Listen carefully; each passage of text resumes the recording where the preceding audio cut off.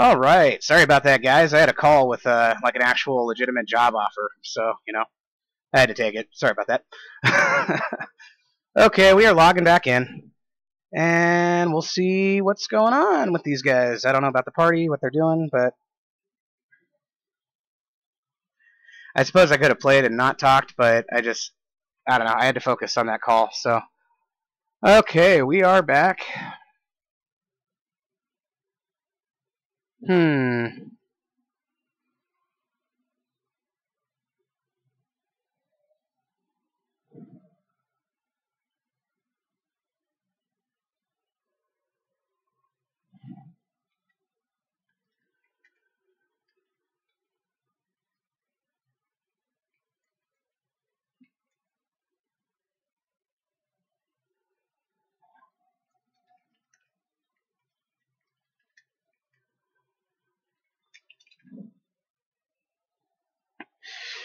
All right.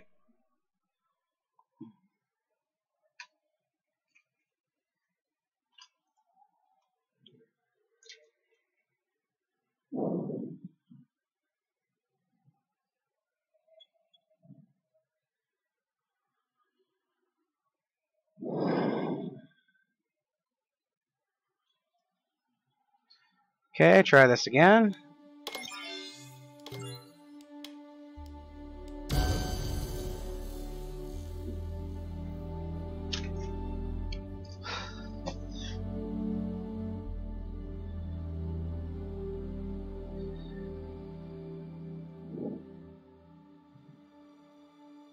All right. Starting windowed mode so I can multitask here, but you guys should be able to see it just fine. So.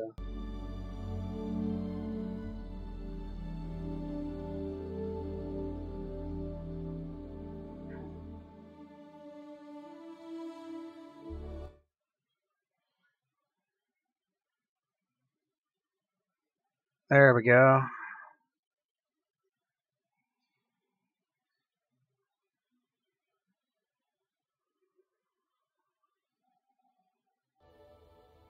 Hey guys, welcome back. Sorry about that again.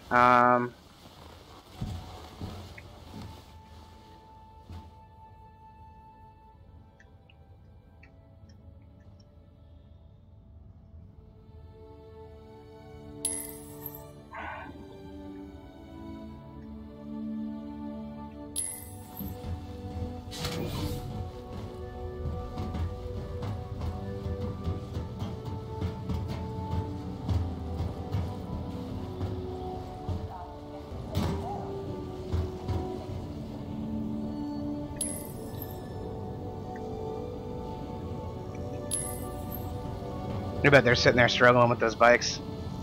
That's funny.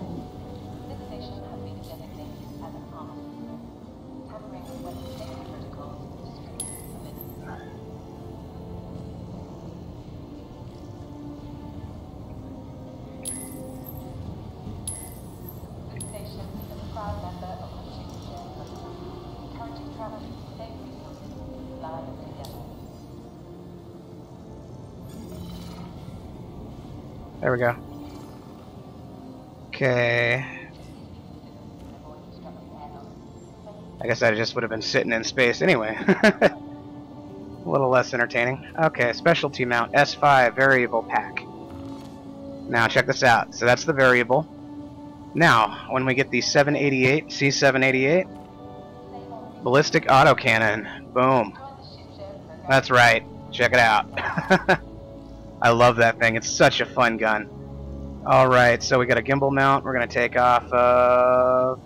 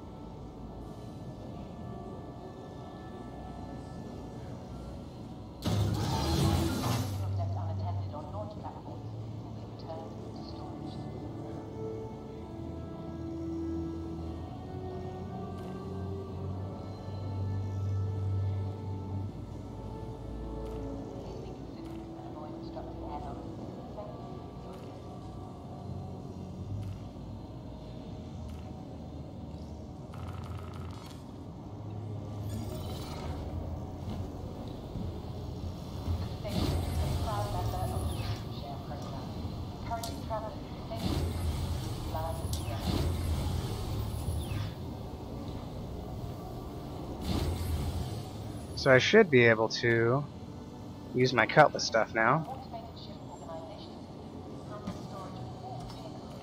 To access your craft, consult one of the terminals located at the station.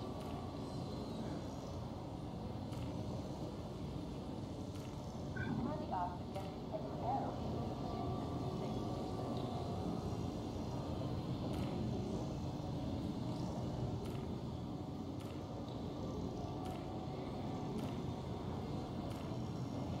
We advise guests, please use caution on exiting the armament zone, as weapons will once again become active.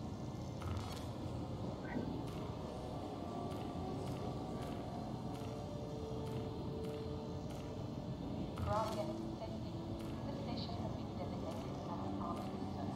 All weapons are currently disabled.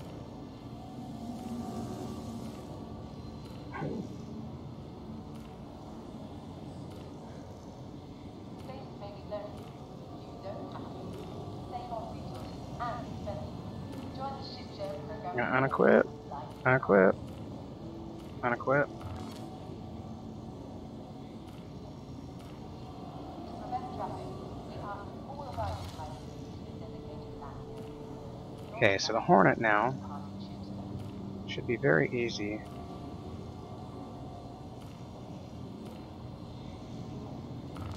This station has been designated as an armament zone.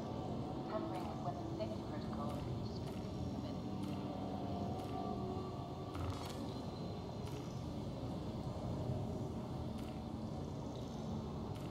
A reminder that vehicles left unattended on launch platforms will be returned to storage. Left. Okay, all stop generators. Now we got weapons. Kindly ask that guests exit airlock as soon as it is safe to do so.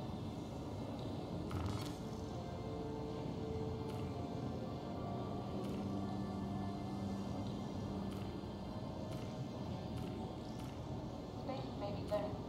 You don't have to. Save on resources and expenses. Join the ship share program today. Fly together.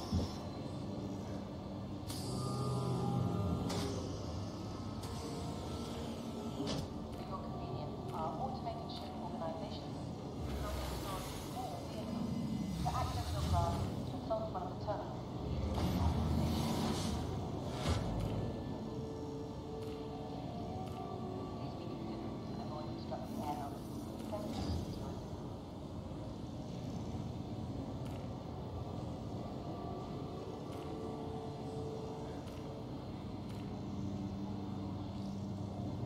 For our guests' safety, this station has been designated as an armament zone. All weapons are currently disabled.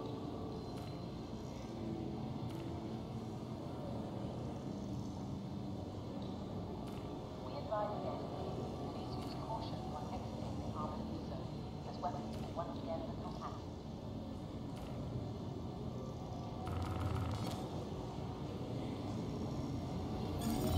Okay, these gimbal mounts need to mount. Traffic, we ask all arrival pilots to the designated landing.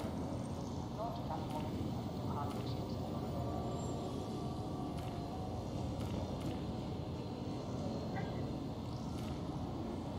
A reminder that vehicles left unattended on launch platforms will be returned to storage.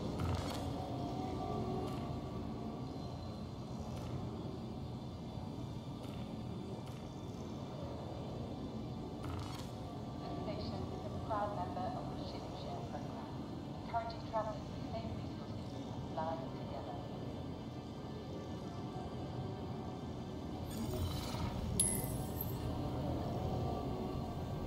This station has been designated as an armament zone. Tampering with weapon safety protocols is strictly forbidden.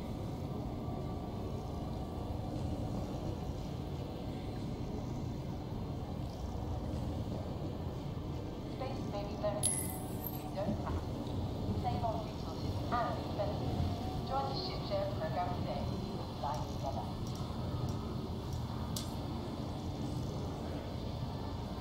Your ship has been delivered to the following landing. Our automated ship It's funny because everybody who sees this gun, they look at it and they're just like, to access your craft. that is not standard.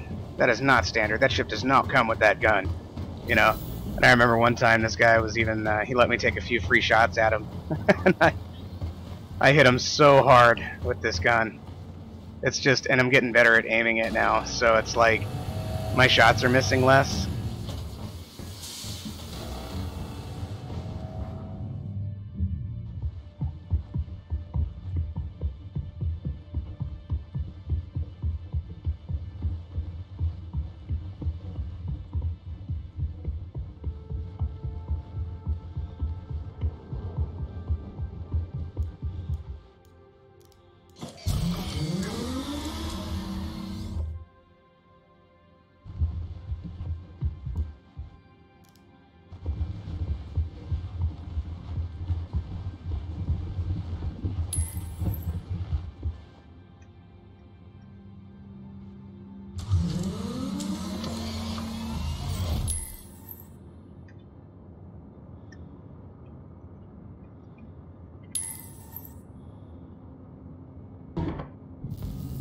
Unscheduled aerospace. All systems online. Okay, so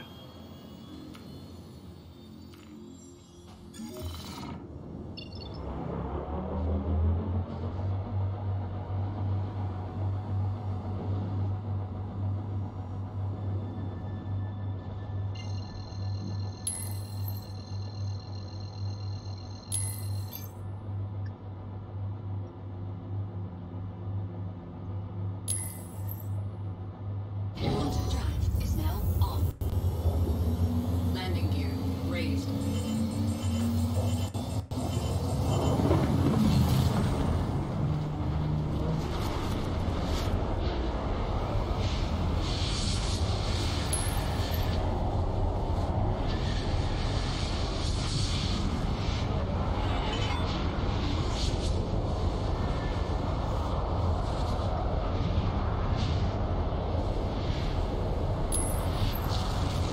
So yeah, I swapped out my jump drive with a military grade jump drive. Should get me a lot there a lot quicker. My shields are they're all stops instead of the regular ones. My generator is a military generator.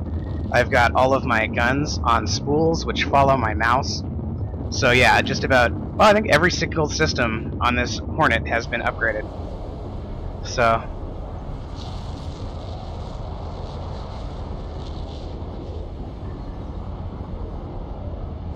now, we're going to do another thing to boost it here, give us a little more speed.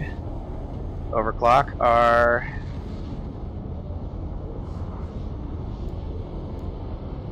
Warning, engines overheating.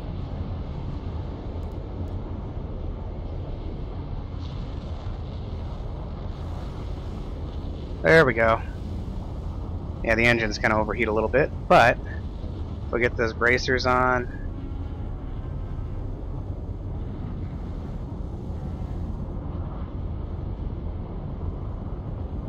should be able to overclock everything and be just fine.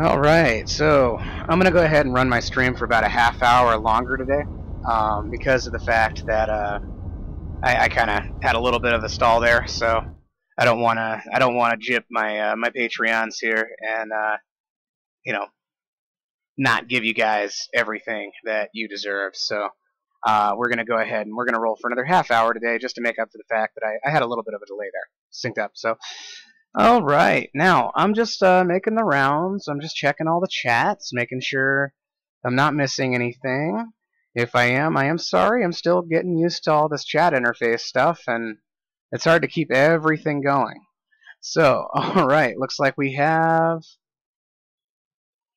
Okay, D-Live. I'm not getting a whole lot of love on D-Live. Huh, that's interesting. I was getting a lot yesterday. Alright. Let's check our Twitch. Like I said, guys, on Twitch, if you guys want to switch over to D-Live, that is where the next streaming application is going to be. So, let's see.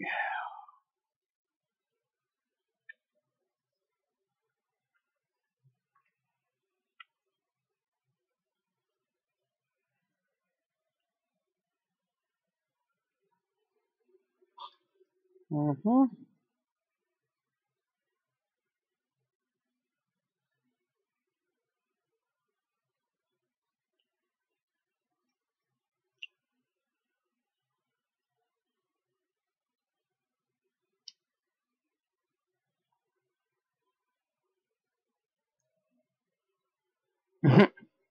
Gotta love the categories. I just put in Star Citizen and it goes multiplayer, PvE, PvP, squads, war game, English, shooter, action, simulation, FPS, open world, indie game. Just look at all those tags, man. That's funny.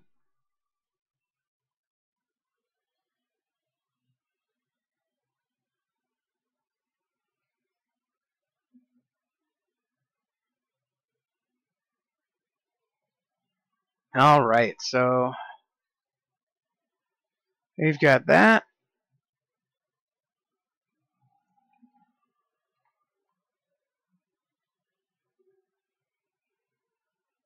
Checking YouTube.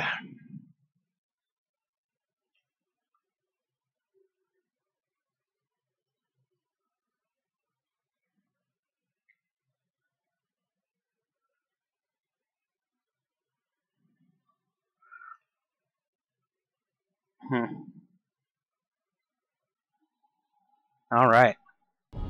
And let's see, how far are we? 17 million. Okay.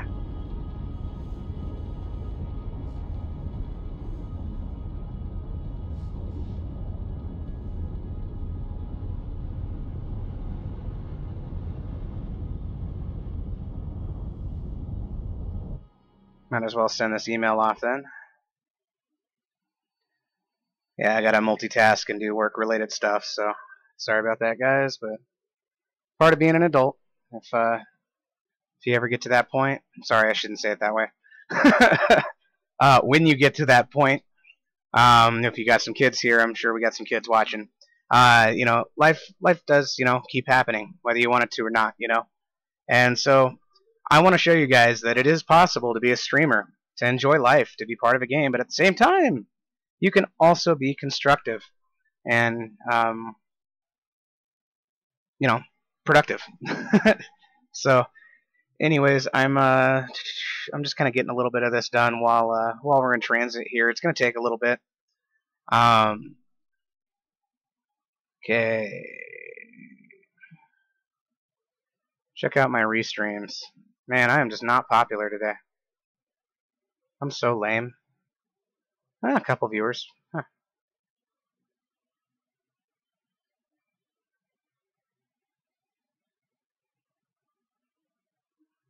Cool.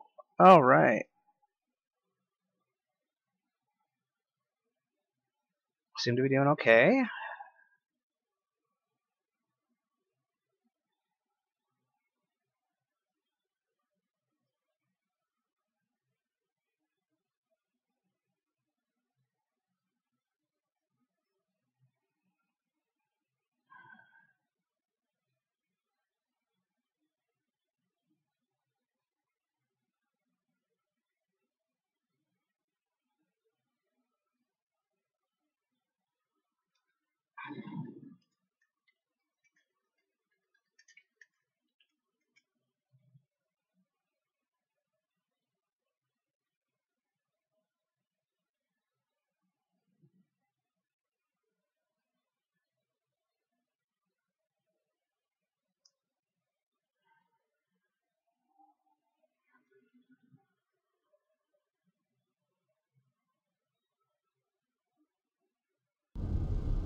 Alright. On a positive note, I think I got a job, so yay! Yay for me! Or as my dad would say, way to save my own ass.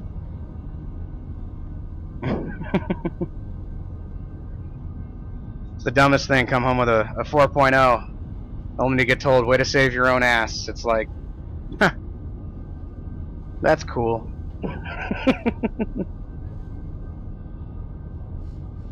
Swear my dad must have been like Swiss German in another life. So, either way, I like playing video games. You guys like playing video games? They're awesome. I have to say, one of the downsides to this game is sometimes these jumps can take a really long time. And you get bored, man, just sitting here. And nobody has joined my Discord channel to add some crosstalk in here, to add some interesting conversation, to make it interesting for the stream.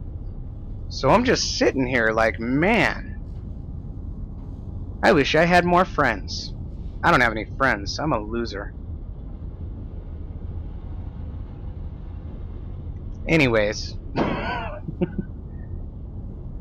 want you guys to understand that this is all sarcasm, for one. So, and another, you should be very happy with yourself. Look in the mirror. If you're not happy with that guy, you need to do some stuff. For real, that's what it is.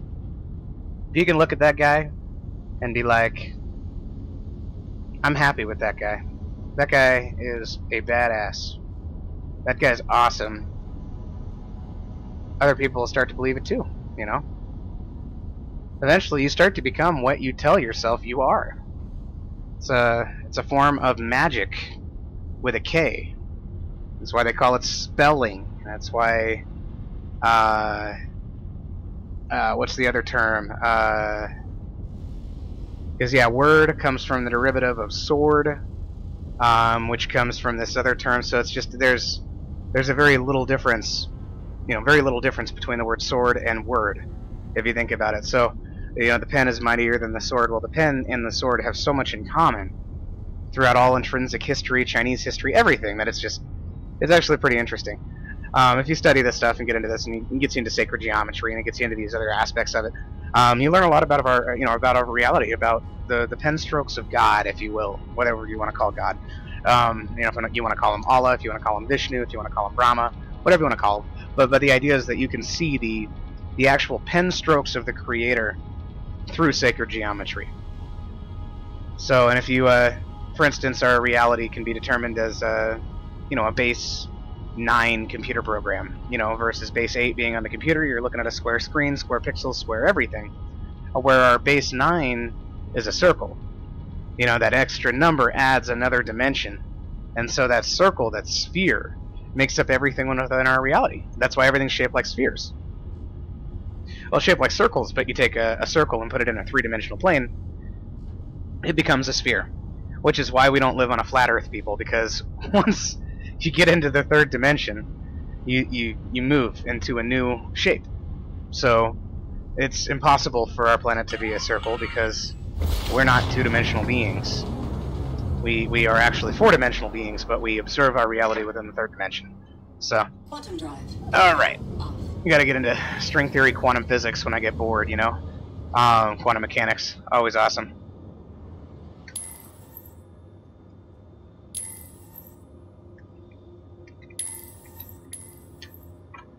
Looks like they're getting into orbit, so...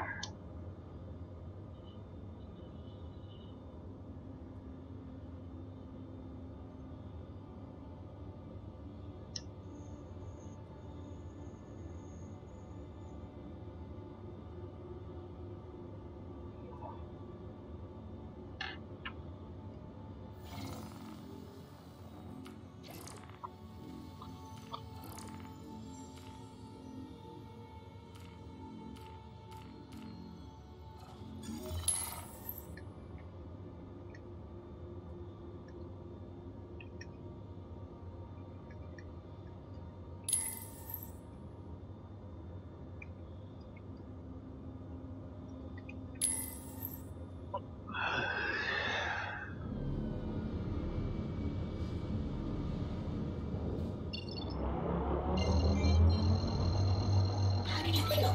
Is that 100%?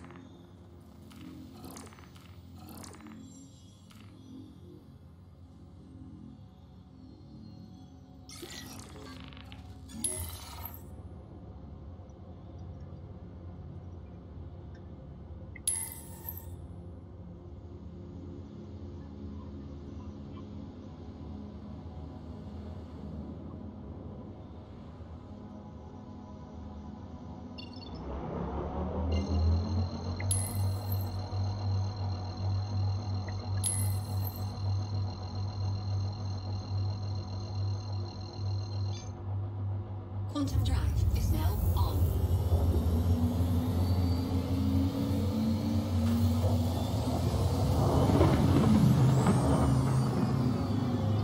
Huh.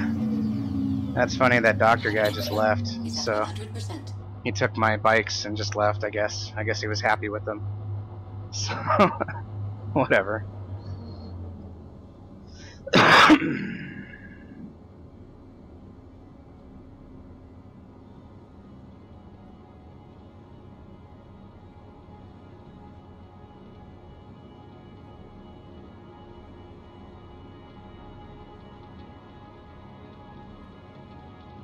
Quantum drive is now up.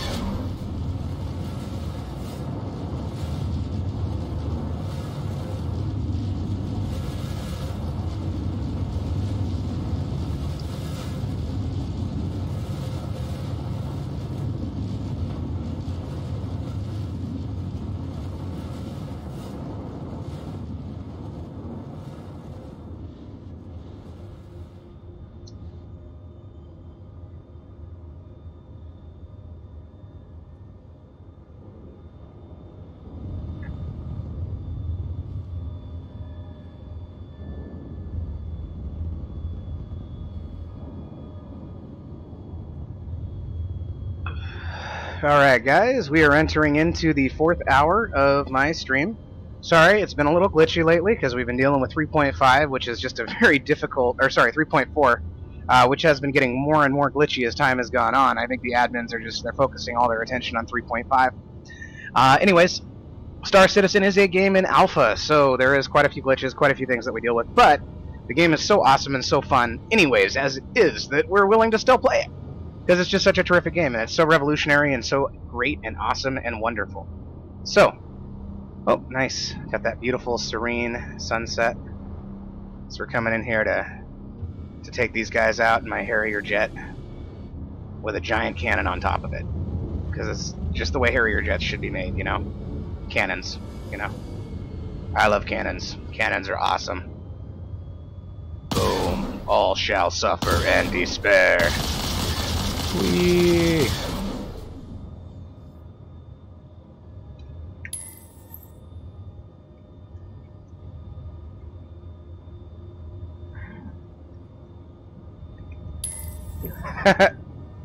I'm like, probably shouldn't volley you with you there.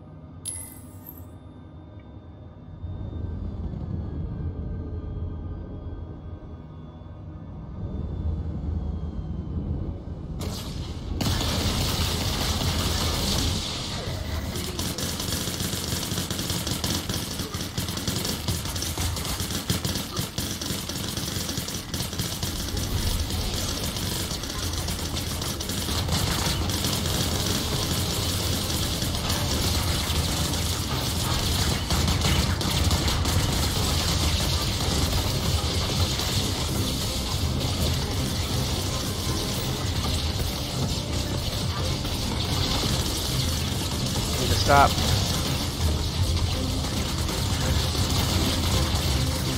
Did I lose everything? Nope, I'm still alive. How am I still alive? Okay.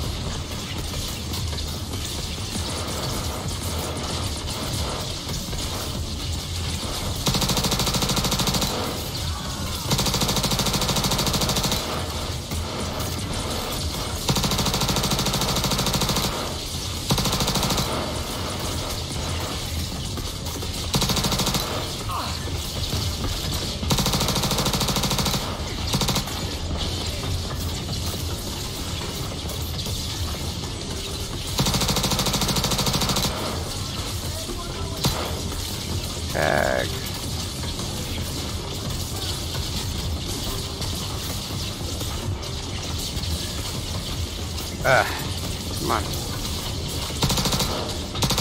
Tag. Hear it.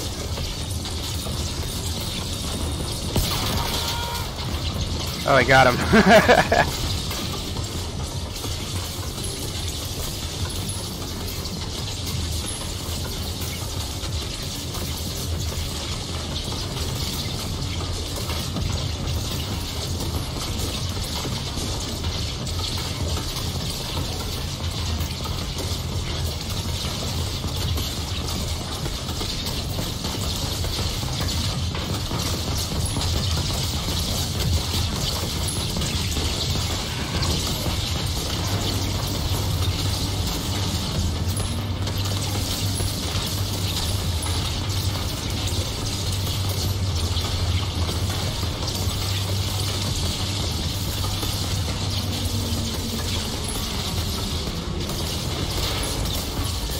And he just starts dancing.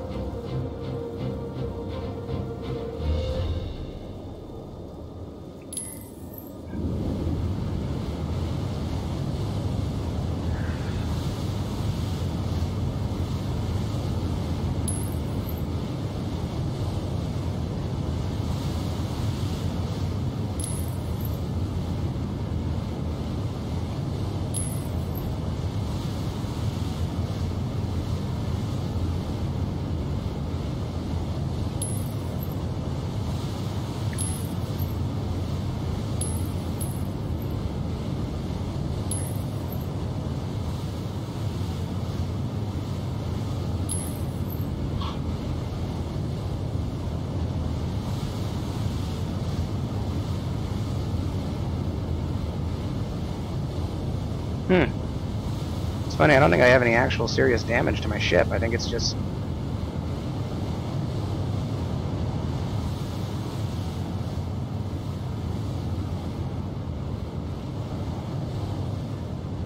I guess I lost my fin.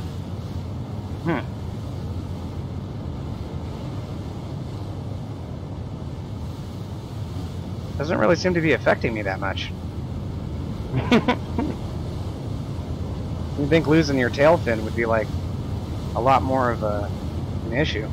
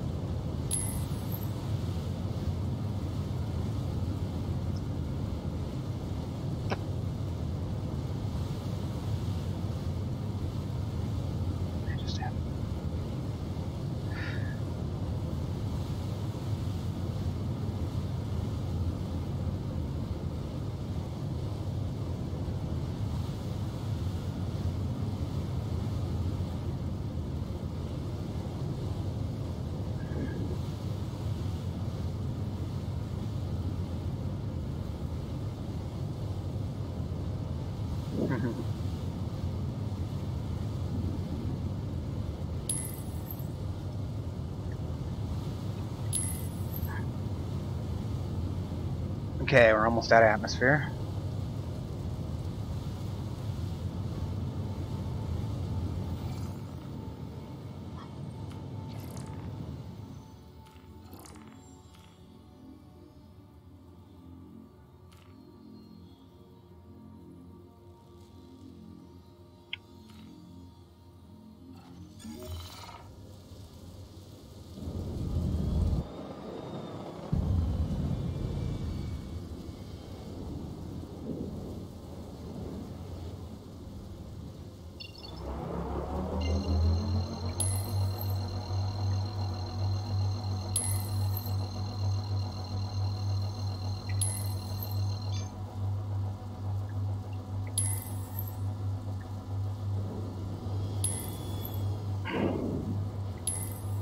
Quantum drive is now on.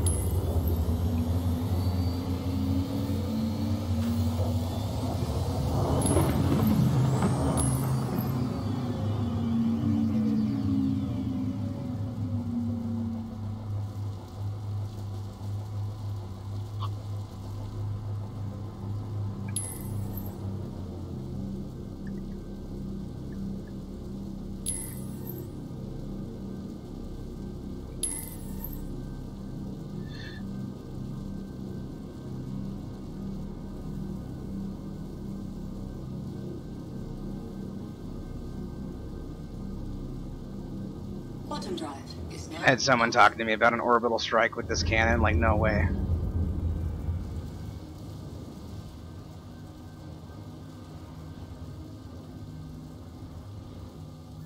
Oh, okay, he's gonna go then.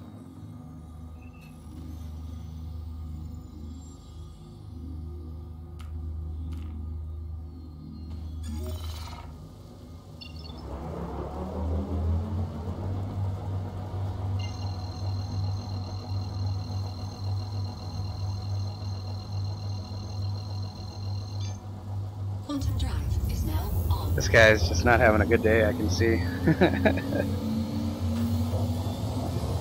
Everything's beating him up.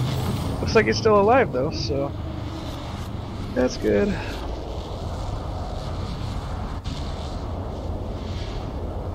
Okay, so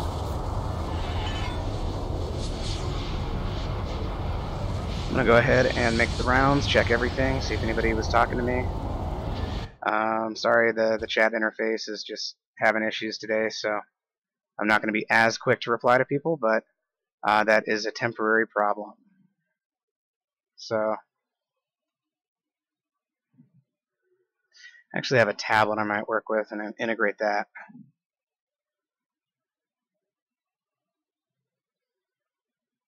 All right.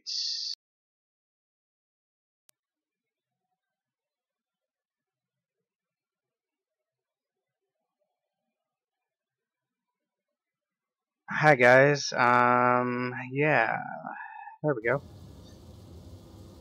I just wanted to say thanks for tuning into my stream. If you're just showing up, I see there's a couple of people that had just shown up. Anyways, I'm running bunker missions. It kind of went horribly wrong a little while ago, and then I ended up getting, by the time it finally did go right, I ended up getting a call for a legitimate job, and so I had to pop off for a second, which is why I'm gonna be on for another half hour today. I do want to say, if you would like to see me stream more, which I would love to do and fill my schedule more, please hit the subscribe button, hit the share button.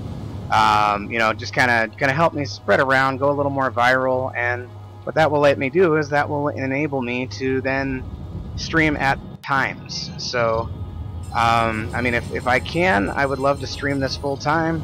And I'll do it for the next 15 years, because this game is so amazing that I probably could. There's so much content, so much to talk about, every single update, just everything. This is the perfect game. I just love it. And it's just so much coming out every single day. There's new things people are talking about, new systems, new everything. So every week there's like a news episode, Reverse the Verse, where they're the game developers are, Landing you know, giving leaks and talking about some things that they're working on, but then they also have a lot of things that they're not going to reveal. So you know, it's pretty interesting. This game is very complex in a sense, forward proximity field. and there's a very steep learning curve that goes with it. So I don't blame a lot of guys for, for popping in and watching me, because honestly, it took me a long time to learn some of this stuff, and so you guys can pick some stuff up if you're playing and it will help your gameplay, or you know, if you just want to watch and enjoy it, you know, it just definitely recommend my channel for sure. All right, I got a new tail fin. I had that thing blow up a little bit ago. That was pretty wild. All right, so I'm just refueling, getting everything I need, and I'm heading back. So, all right. Is at 100%. And yeah, thank you for tuning into my stream. Everybody who's been sitting around. I do have a few guys that have been lurking, hanging around for a while now. So I am Takeoff complete. headed back.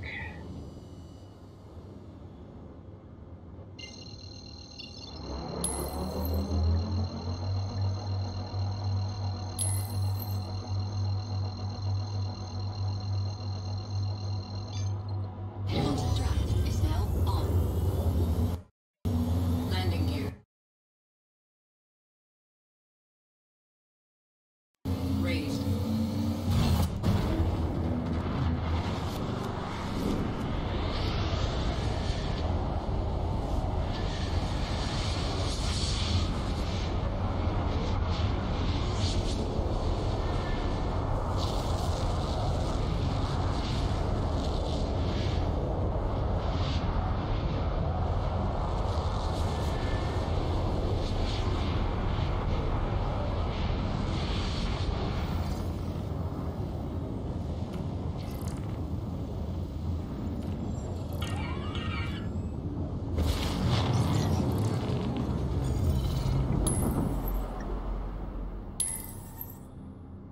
Quantum drive is now off.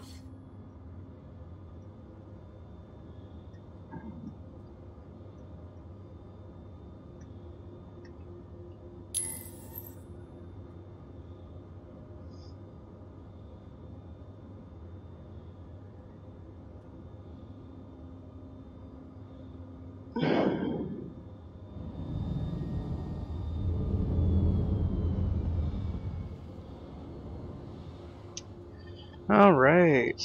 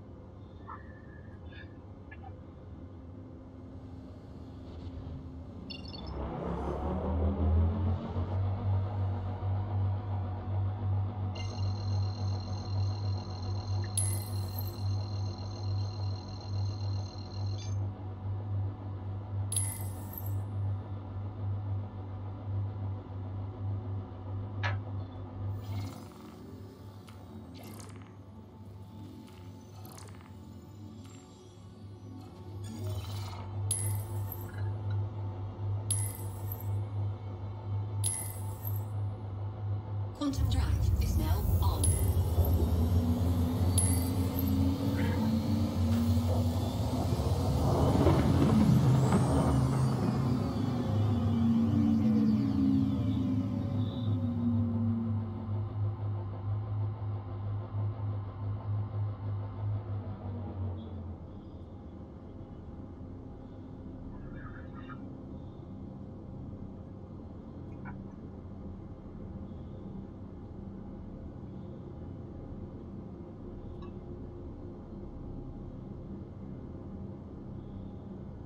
Quantum drive is now off.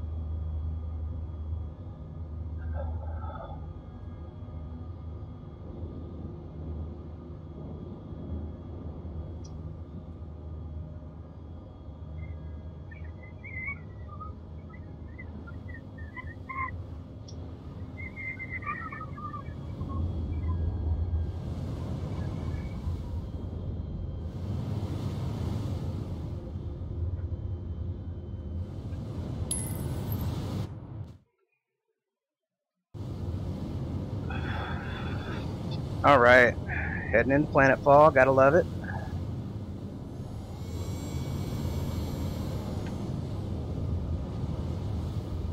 Yeah, I think this windowed mode, to be honest, is working a little better than the other modes, so it's helping me multitask a little. This game doesn't do so well with alt-tabbing yet, so alt-enter is the more ideal choice.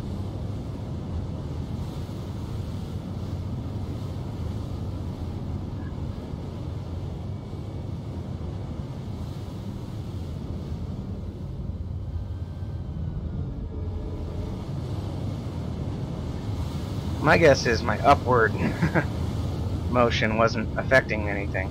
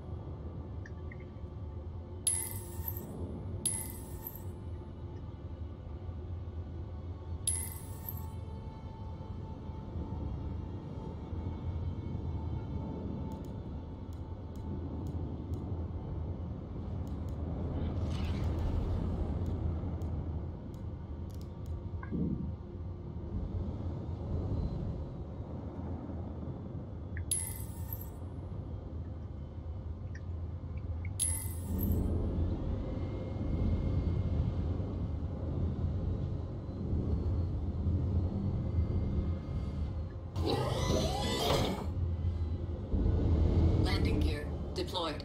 Forward proximity alert. Deck proximity alert.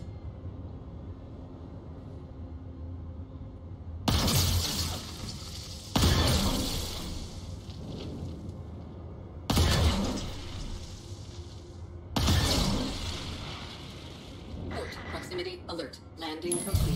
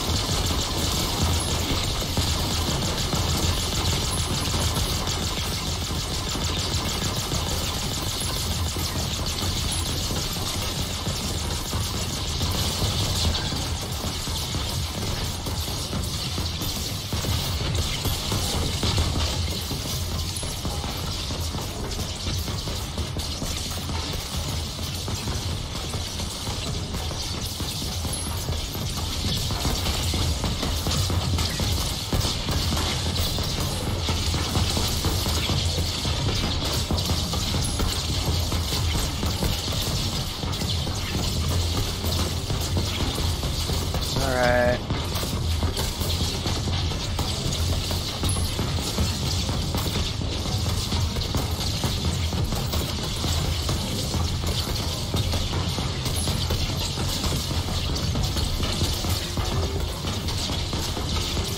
Alright.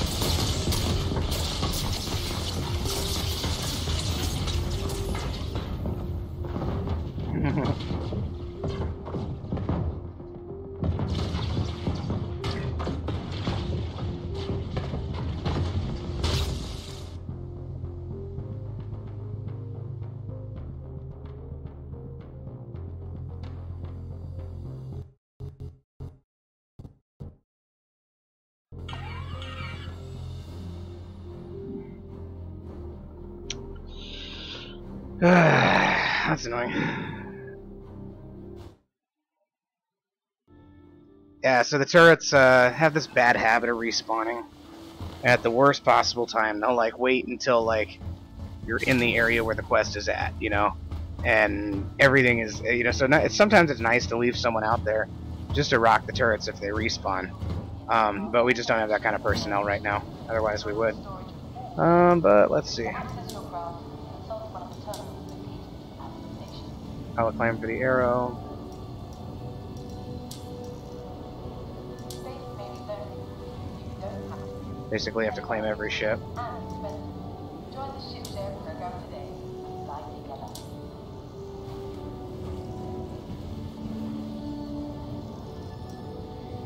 Kindly ask to get to take care of.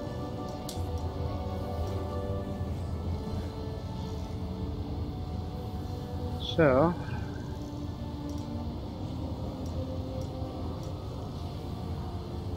This station is a proud member of the ship share program, encouraging travelers to Your ship has been delivered to the following landing pad.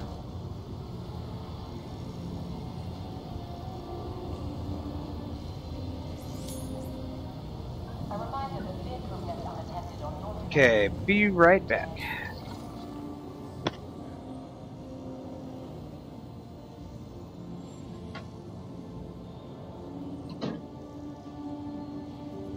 We advise guests, please use caution when exiting the building, as weather has once again become rough.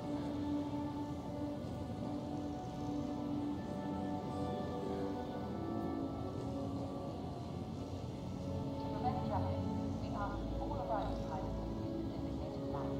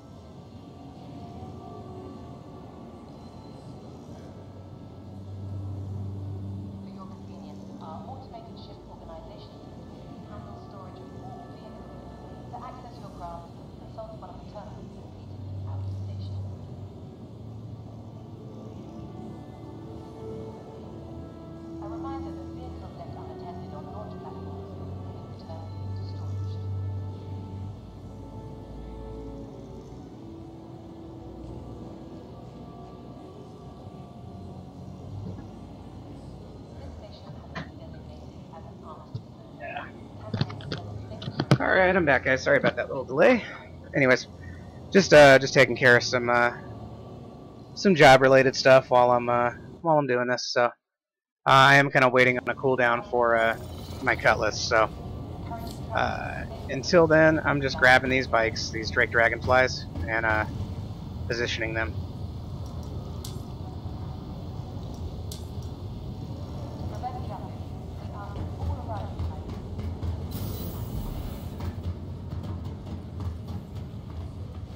They're laggy because we're running a private test server that ends tonight.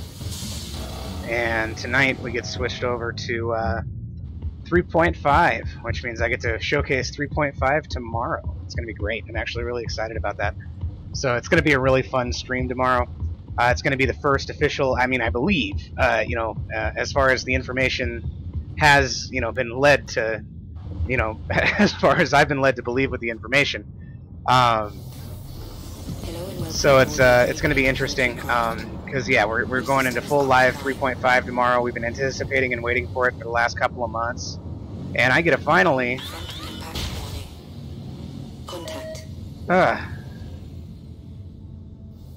just crash these things like every time right now. Something's going on with them.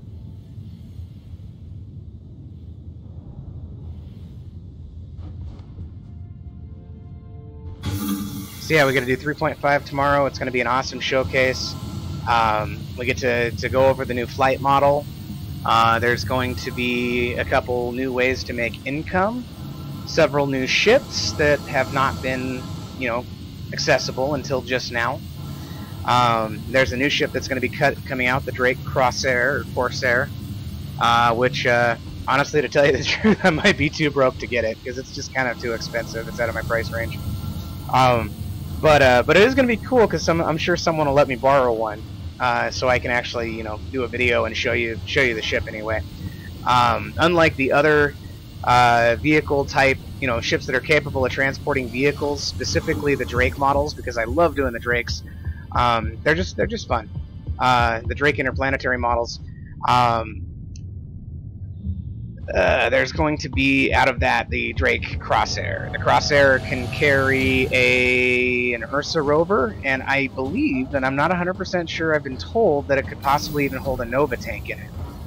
The Nova tank is basically a base in and of itself. It's huge, and there's not many things that can actually carry them. So, I don't know. I don't... It's hard to believe, but at the same time, from what I understand, the weapon spools are going to be size 4, so they're going to be very large. So I guess this ship might be very big, actually. It might be, well, it's a Cutlass, so I guess... Or a Corsair, so I guess with that in mind... Yeah, it might actually be quite a bit bigger. I wasn't even thinking about that. It might actually be a lot bigger than the Cutlass. I can't wait to see it. It's going to be fun.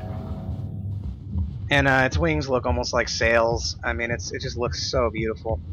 But then, in these kind of games, you have to take into account the engineering logic in it. Are those wings going to be big and bulky, and when they pop off, how well is your ship going to fly? So... Because some of the Drakes, for instance the Cutlass, when I attack it, it's very easy for me to target and isolate and hit specific systems. And so that's the only thing that might become an issue. These guys not so much. They're just little black dots that shoot at you. It's awesome. I love it.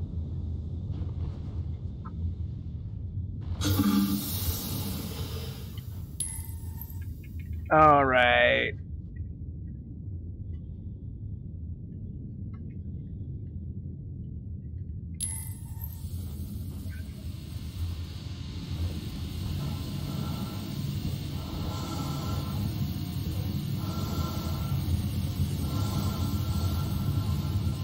Anyways, we are going.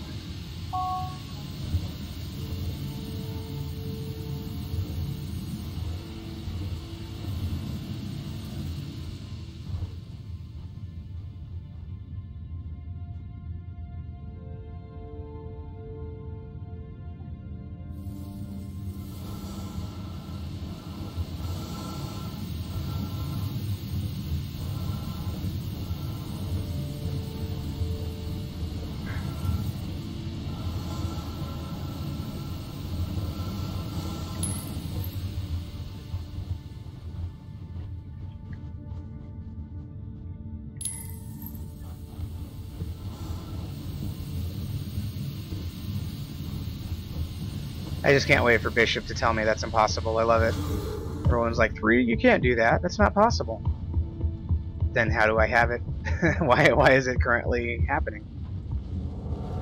Some have even accused me of black magic. It's not black magic, though. It's brown magic. There's a difference. Nah, I'm just... Either way. Let's see... 3 by...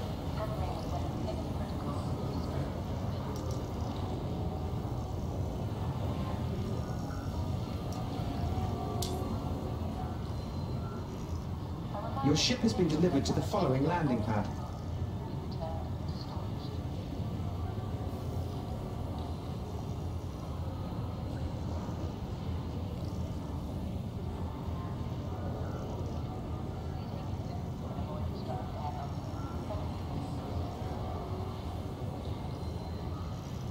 Uh-oh. Unfortunately, our automated This always system is happens. unable to access that ship at this time. We apologize for any inconvenience. Please try again later, or select a different ship.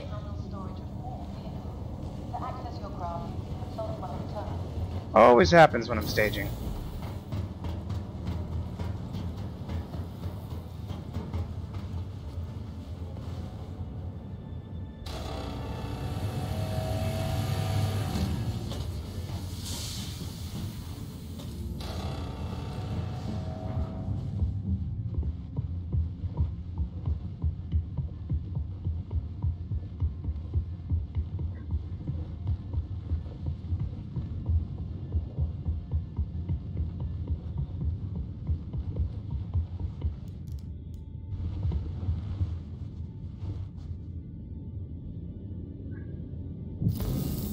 Hello and welcome aboard your dream interplanetary craft.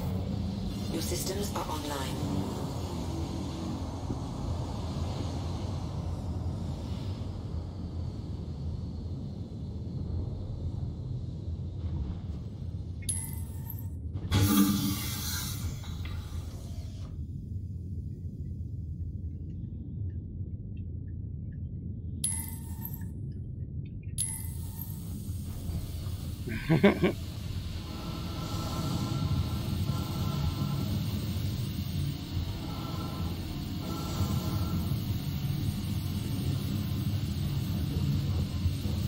Just doing my staging, so I say it ahead of time because people are just slow. So I've noticed that about this game. I don't think anybody's really in a rush.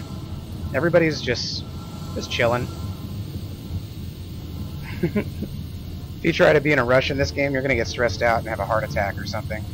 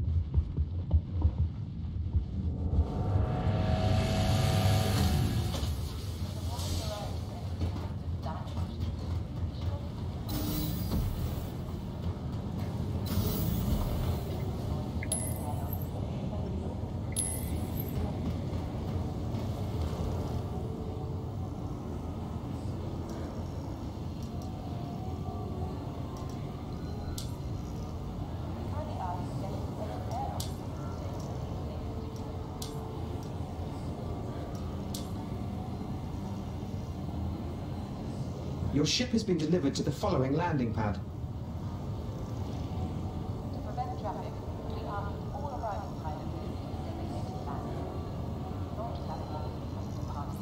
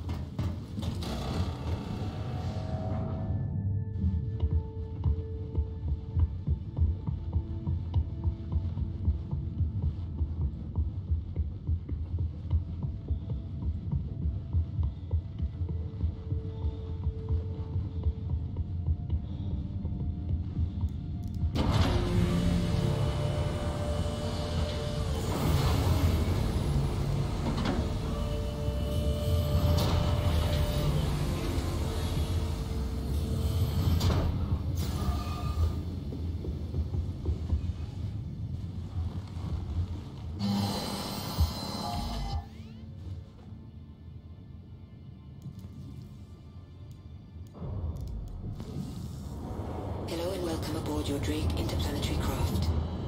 Your systems are online.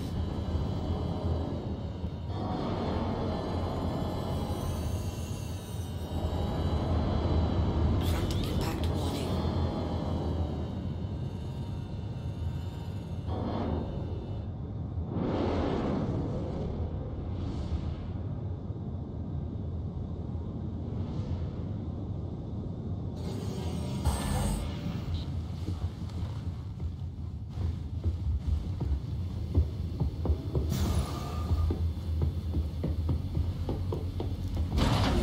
I used to think that there was actually things to explore on Hurston. That's kind of funny.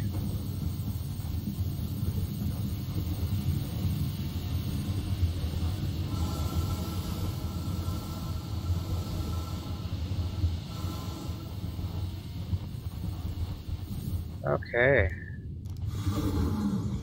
It's 11:16, so in all reality,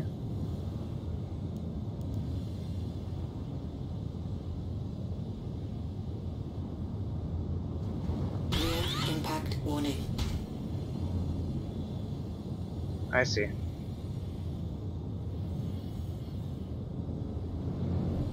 It was seeing the thingy.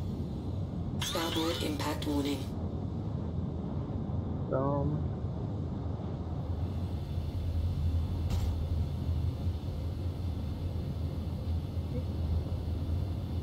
I know, everyone's looking at this going, sorcery! Everybody who sees it, I know. I don't know why I'm good with these. I don't know why I can do this, and other people can't. Okay, so don't get on my case. Don't get mad at me. Just to understand that I will totally do this for you if you need me to. So, but like, yeah, I don't know. People have gotten so pissed off at me because I can just hop on these things and glide them right inside the cutlass as if there's like no glitching happening at all. Boom. Your flares are online. Some accuse me of sorcery, but it's not. They just flow, dude. You just bring them in, like. Starboard impact Boom. warning. Yeah, you might tap things a little, but it's fine. It's not a perfect system, but it's all we have.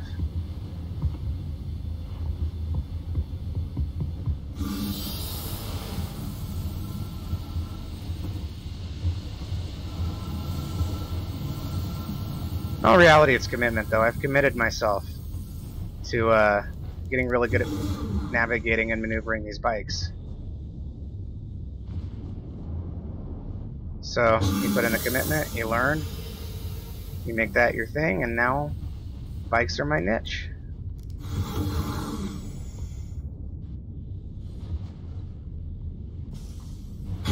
No. Not what I'm trying to do.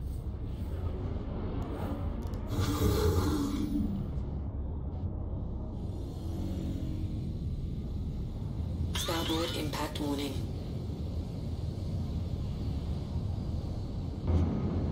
Front impact warning. Starboard impact warning. Honestly, I have to say 3 is perfect.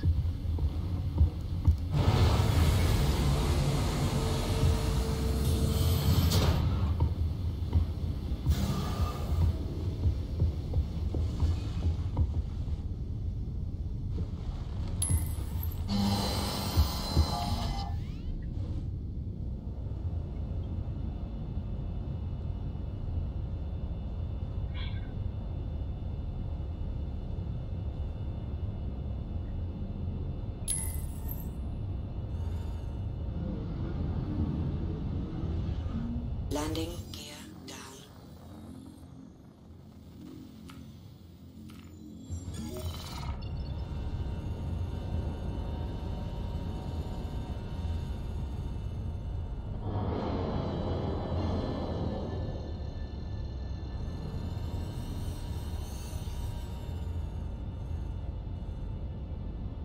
Quantum drive is now on.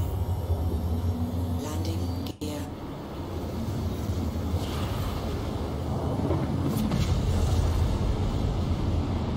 We're gone.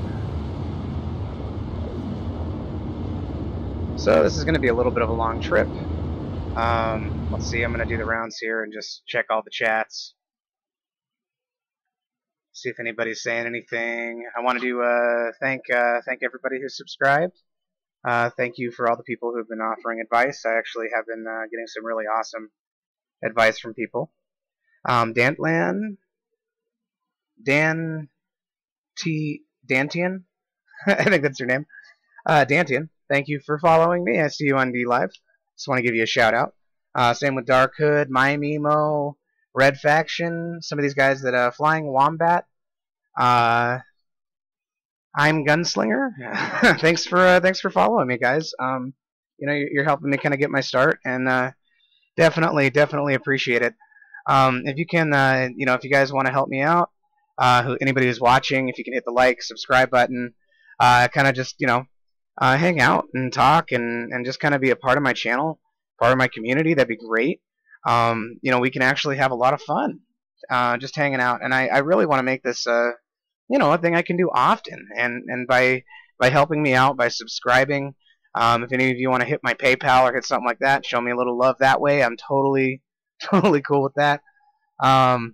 You know, just anything, you know, anything you guys can do to really help out, that'd be great. And once again, the constructive criticism is great, and just in general, the help that everybody's been giving me, as far as giving me programs and giving me ideas and really helping me navigate this.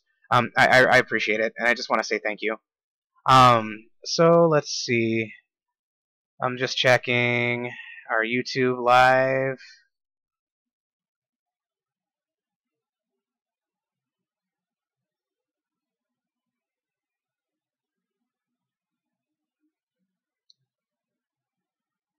Let's go to our YouTube, Twitch, Facebook. Okay, actually, it's really easy from my restream thing to just kind of pop over and check them all. Let's go to our YouTube.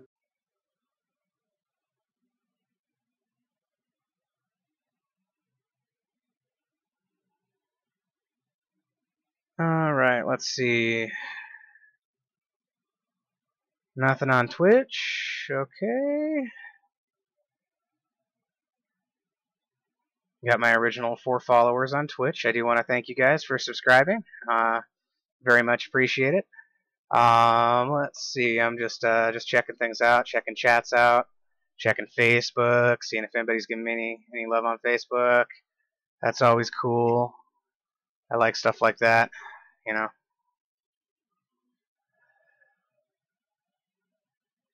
I'd say, you know, make an ADD joke, but actually I'm the opposite. So like, human beings don't really interest me.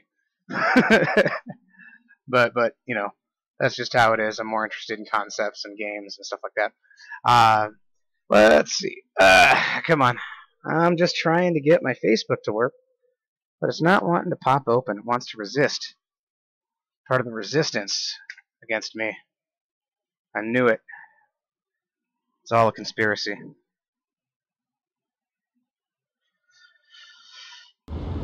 How's our jump doing? We are at 15 million kilometers. Hey, let's make our jump go faster. I got an idea. Let's take our cold snaps and pop these guys on, and then pop our Odyssey into full drive. Boom, and that should speed us up.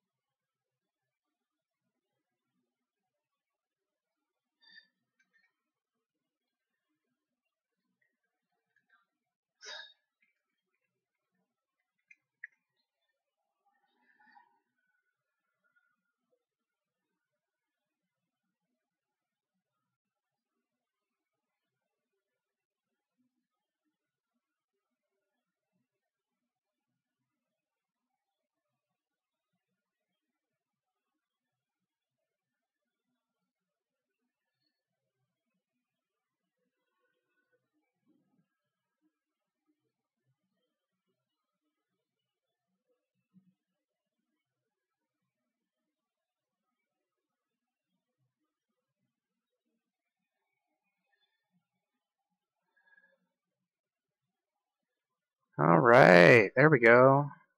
Alright, so I guess my next move too is I'm gonna have a Facebook group up tomorrow. So that's my next my next phase here.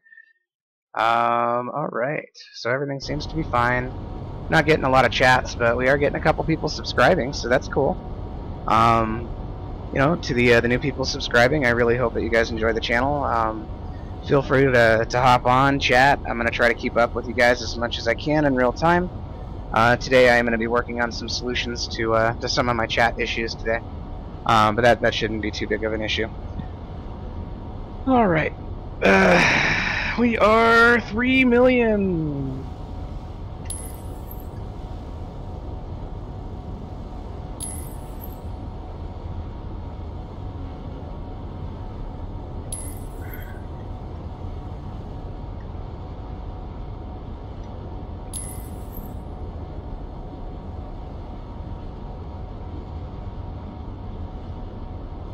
Alright, so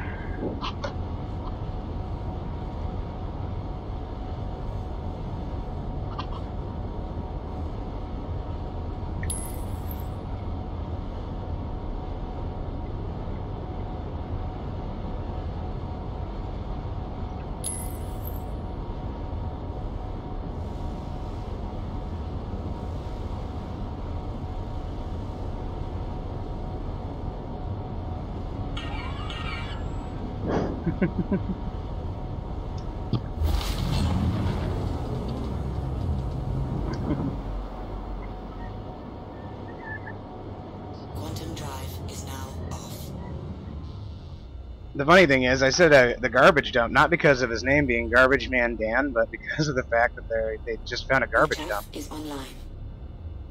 Your flares are online.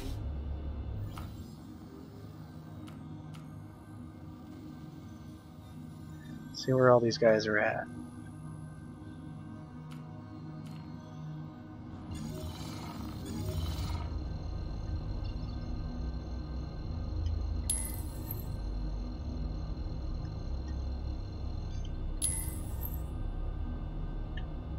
Quantum drive is now on.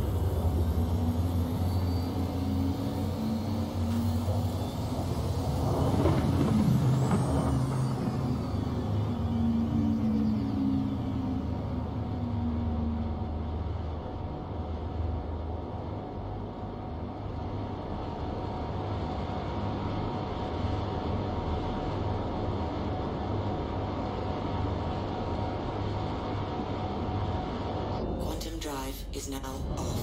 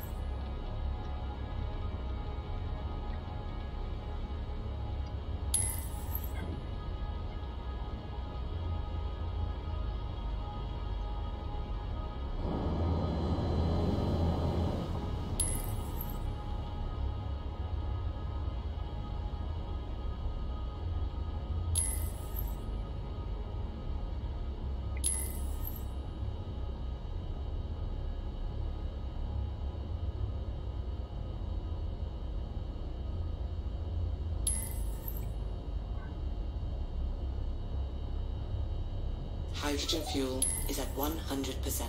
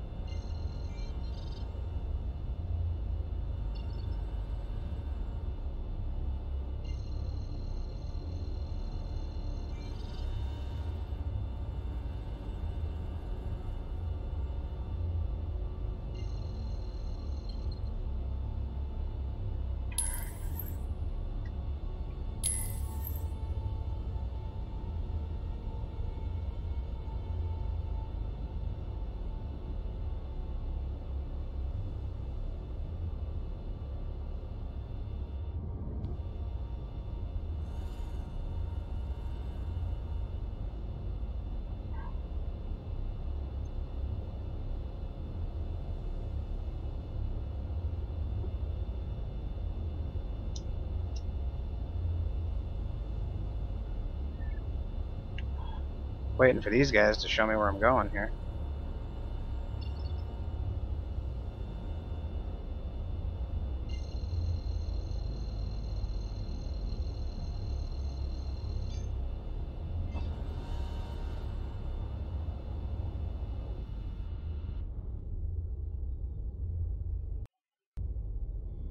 Quantum drive is now on.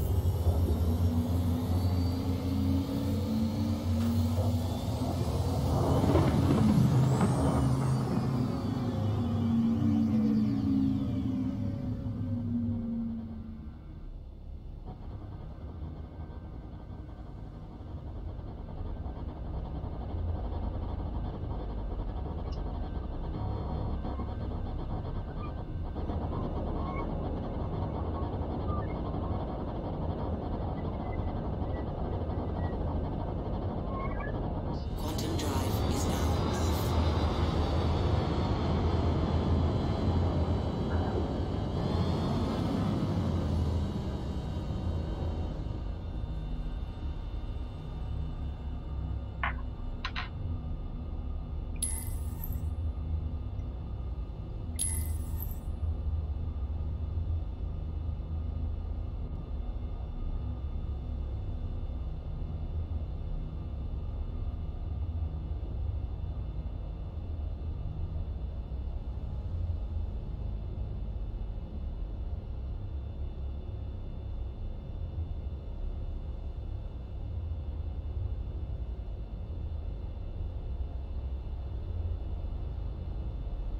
There's just not a lot happening.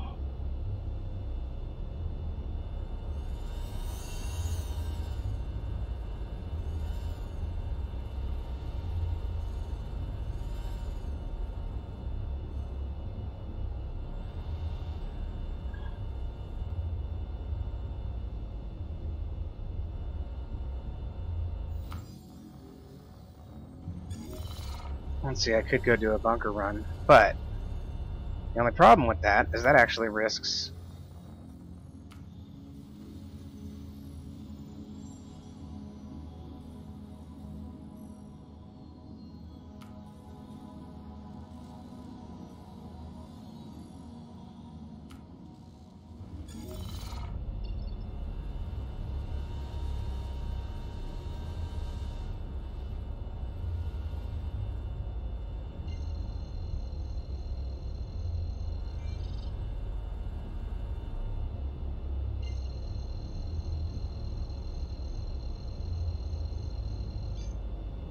Quantum drive is now on.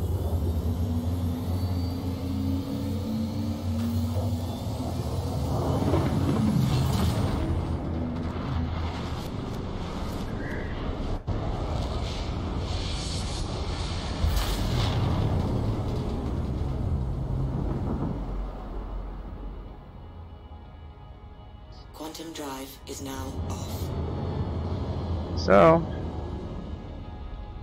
yeah, there's just not much happening today. So, tomorrow's going to be awesome. It's the day before the update, so the whole server wipes tonight. So every bit of grinding, everything everybody's doing, doesn't make any, there's no point to it. Because, yeah, overnight it's updating, and we're going to 3.5. So,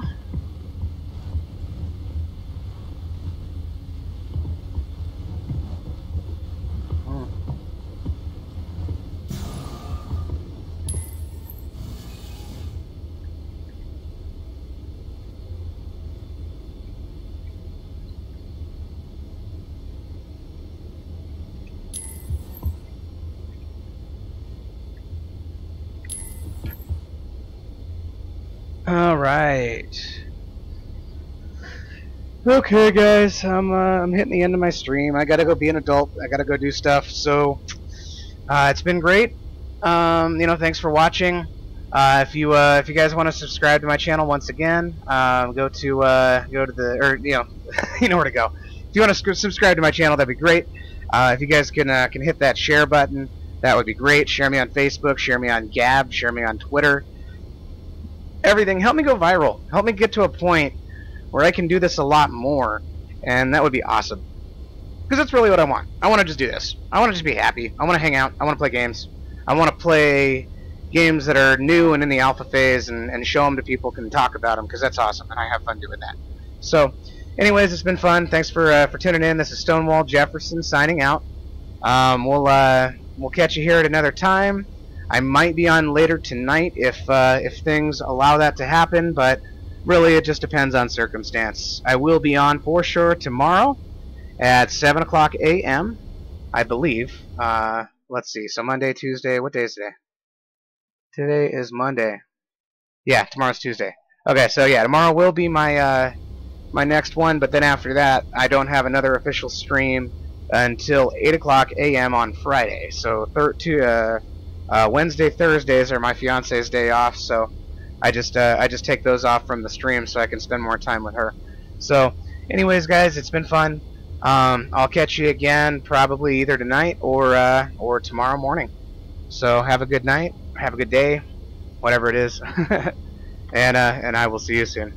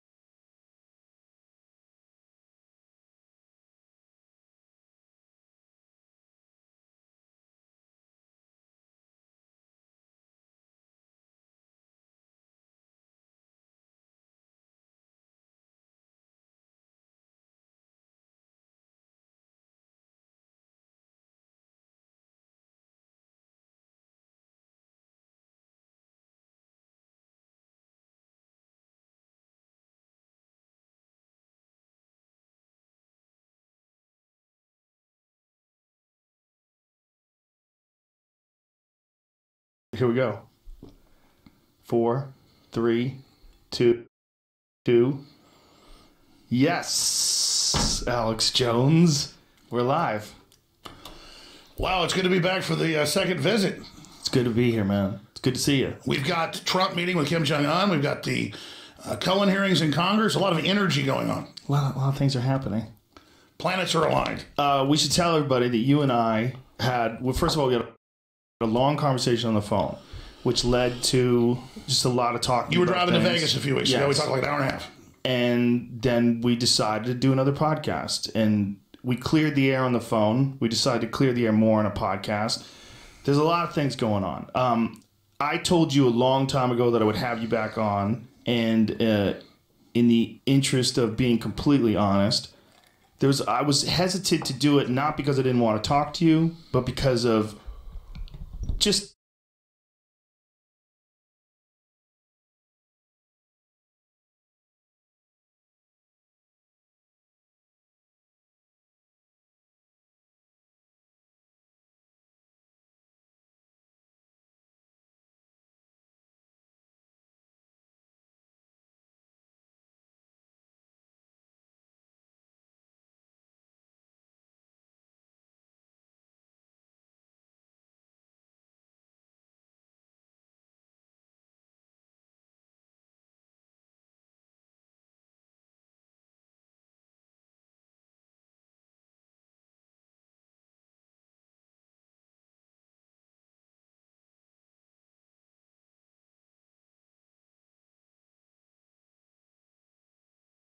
the amount of bullshit that I get from people that get angry that you and I are friends.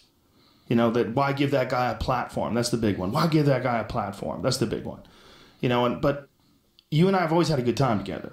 We've always had fun together. Our only problems have always been when we're not, like if you're talking about me or if I'm talking about you, not if we're talking to each other. It's the distance has been the problem. It's the telephone The lack of communication. The lack of communication has been the problem. The thing that people are upset about you, the thing that we wanted to talk about, like quick to get it over with, or not quick, but just to get it Up front. Up front. That's the best way. Or to be misrepresented. Yes, is the Sandy Hook stuff. Yes. Yeah. So your take on it. Just give me your take on it. Well, first off, because it's always misrepresented, I believe mass shootings happen and they're real tragedies. And I believe Parkland happened. And you believe Sandy Hook happened? Absolutely. And now, just last year, the media came out and said Alex Jones says Parkland didn't happen, and he's sending people to Parkland parents' houses. And there was no video, no audio, wasn't true. In fact, I said I believe Parkland happened. So I'm not going to be the mass shooting denial guy. I have been branded as the Sandy Hook guy. I mean, imagine a Final Cut Pro video editing timeline.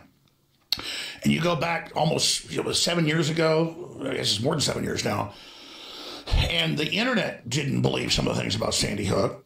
I started covering it weeks after. My first articles and things are, oh, this will be used for gun control, and I bet the guy's on Prozac and a mental patient, which he was. Of course. But then about a couple weeks into it, my listeners and others start sending me all these anomalies and things, and later it turned out some of those anomalies weren't accurate. And then I just moved on from it, okay? I mean, I'm not Adam Lanza. I didn't kill those kids. But when I'm on the streets now, people don't know who Adam Lanza is, the guy that killed those kids. They think it's me. They say, I can't believe you're not in prison for what you did to Sandy Hook. All they know is Alex Jones, Sandy Hook, dead kids. So, well, I don't think that's... I think the majority of them are angry because the narrative has been that you're sending people to these Sandy Hook families' homes. Exactly, and I'm not, and I never have. That you're responsible for these people getting harassed because you said on your radio show that it wasn't real. Yes, there is video and audio of me saying I can see how people don't think it happened, and I can see how people think it's synthetic because there's been staged events before. That then gets edited, put together, cobbled together. But I never said go to people's houses. I never said go investigate these families. Did you ever say that you think it's not real? Yes, I did. But now you do think it's real. Because I learned some of the anomalies were not accurate. That's a problem with all this conspiracy shit, right? Because the conspiracy theory stuff, the people that want to believe, they believe in conspiracies with everything. And I think there's a certain percent, and we talked about this just a few minutes ago. Yeah, when I started getting accused 4 years ago, a couple years into it, and I said, no, I think it happened. then people that I had interviewed and things started saying, he's involved, he's one of them. Because you are now saying that it happened, they thought that you'd been compromised. Yes, and then I was realizing, this is how it works. A certain percentage of people are schizophrenic. Exactly. And then they just think everything's a conspiracy. Well, this is the thing about conspiracies. It's very attractive to people that are schizophrenic. Schizophrenic people think everything's a fucking conspiracy from top to bottom. Every single interaction that people have is some sort of a stage event that's trying to take them down or control this or mind control that. That's a big factor in a lot of this conspiracy theory shit is mental illness. When I started having people come to the office saying that I'm Bo Bridges or that I'm Jeff Bridges or that I am you're Bill Hicks. Bill Hicks, and people in restaurants screaming, F you, Bill, we know it's you. It's kind of like Dan Rather, the guy threatening me. What's the signal, Dan? What's the signal? What I've experienced now, the quote fame of being super famous, being a conspiracy guy. I was legitimately questioning things because of Gulf of Tonkin, Northwoods, things that really happened, babies that weren't thrown out of incubators to get us in the Iraq War.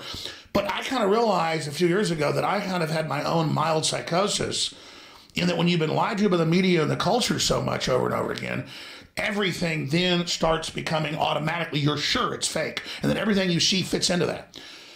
This is probably, again, 4 or 5 years ago, I began to realize, because I was on the receiving end of people pulling up in white vans with guns at my office saying, I know you put a microchip in my head and I'm going to kill you.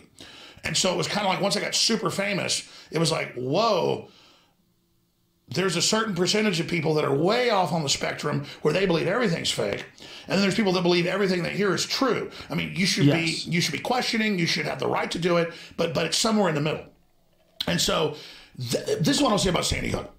I legitimately questioned it when people brought up anomalies. I then had debates about it on both sides. The internet pushed me to keep covering it. I probably covered it 20 times in the first few years it happened. And then as soon as I questioned it, not being staged, I got attacked so much that I said, screw it, mass shootings happen. I believe it happened. But then media would call me or interview me and say, okay, but tell us the anomalies of why you questioned. They were getting me to say it again. Not that I didn't have the right to question it, but they thought, well, Alex Jones versus dead kids, Alex Jones denying it, Alex Jones harassing families. This is a perfect way to get this guy who's so popular, getting people to question and getting people to think. And so it took me years. I think I'm smart. I guess I'm not, to figure out what was going on. So when Hillary, a few months before the election, gives this huge speech that says Alex Jones has a dark heart. He knows Sandy Hook kids died, but he says they didn't, and he sends people to their houses. He's the worst guy in the world. So I came out and I said, listen, I never sent anybody to the houses, but I apologize if it was taken out of context. People have a right to question, but I'm sorry for the families, and I'm sorry for your hurt, and I get it, and I've experienced crazy people now, big time, just like you have. Please stop saying that I'm saying it didn't happen. Please stop saying I'm sending people to people's houses, because here's what happens. When they put it on every major TV channel, local TV channels, radio, I mean, thousands of articles that then get syndicated. If I said 100,000 articles, that's a low number. The amount of Sandy Hook coverage against me has been so insane and so huge because it's supposed to be the first domino that once I'm taken down, then all the dominoes fall. Well, it's also clickbait. There's also a thing, if you say Alex Jones, Sandy Hook, and you put in a title, a certain amount of people are just going to click on it. Alex Jones is still pushing a Sandy Hook conspiracy theory, is one that I saw just 2 days ago. Exactly. So this is the point I've gotten to is, here's the key. Then they say more people are showing up in Connecticut. More people are coming to their houses, which they are. Because the media is all over the news saying there's a big conspiracy here. Alex Jones says it doesn't happen. And so people then hear it and they think, oh, you know, it's like looking for the Mothman or something. They're all running up there and the media is saying it in my name. And I'm saying, no, I believe it happened years ago. And so then I'm getting the blame and the attacks and the demonization and the threats for what the corporate media is saying over and over again, that I'm saying that it didn't happen. And the families are getting the threats, and the families are getting the attacks, and the families are getting called crisis actors. Yes. Do you wish you did something different? Oh my God, in hindsight, yeah, absolutely. But again, I legitimately didn't think my show was as powerful as it was, so that I wasn't retrospectively, you know, looking at everything I was doing as much as I should. Nobody's perfect. I mean, as you get older, you grow and you learn things. But I just began to realize about 3 years ago that they're making my identity, not being a nationalist, not being a populist, not being a free market guy, they're making my whole identity, Sandy Hook, And I didn't know they were going to sue me then. Well, it's just because that's what gets clicks. Yes, but then before I ever got sued, I said, I believe Sandy Hook happened. This is not my identity. I barely ever covered it. Stop. Right, but you understand that's not what they're doing. They're not trying to make that as weakness and made it even worse. But they're not trying to make your identity. They're not trying to define you or do some sort of a documentary or a biography on your life. They're just finding something that people want to pay attention to. This is one of the problems with news coverage today, is that they find things that people want to pay attention to and they focus on them out of proportionate. I agree. And then they say that I'm making money off Sandy Hook when the newspapers and the publishing houses are using me as a way to put out that incendiary, hurtful thing. Well, like, it's I also... didn't mean it to be hurtful. I didn't mean it to be incendiary. I was legitimately questioning, as the internet was, and I've seen a bunch of other state stuff. And then I say, hey, take it back, don't do it. And they go, no, we're going to commit this hurtful thing that's still free speech, but it's hurtful in your frickin' name. And that's what I'm not saying I'm the victim here. I'm saying stop it. Because everything they do about deplatforming me, the biggest frustration is I still have my huge audience at radio stations and Infowars.com and Newswars.com. But reaching new people's very hard. And then now that I've been silenced, the mainstream media can say whatever they want, Joe. About you. About me, and I can't respond. I mean, right. you can go to YouTube and type in Alex Jones. Well, this is where all you of and it's I the had negative this stuff, problem. and there's one that says white supremacy and Alex Jones. And you click on it, it's a famous British actor and author saying, Alex Jones says kill the families of Parkland parents. And I'd actually have lawyers getting ready to file suit over this. I warned the guy. I sent letters. He didn't take it down. I have to. You can pull up this famous British actor. I forget his name. You can pull up, just type in Alex Jones to YouTube. All the mean stuff's put up on top. It's like the 7th, 8th link, and it says Alex Jones and white supremacy. What to do about it?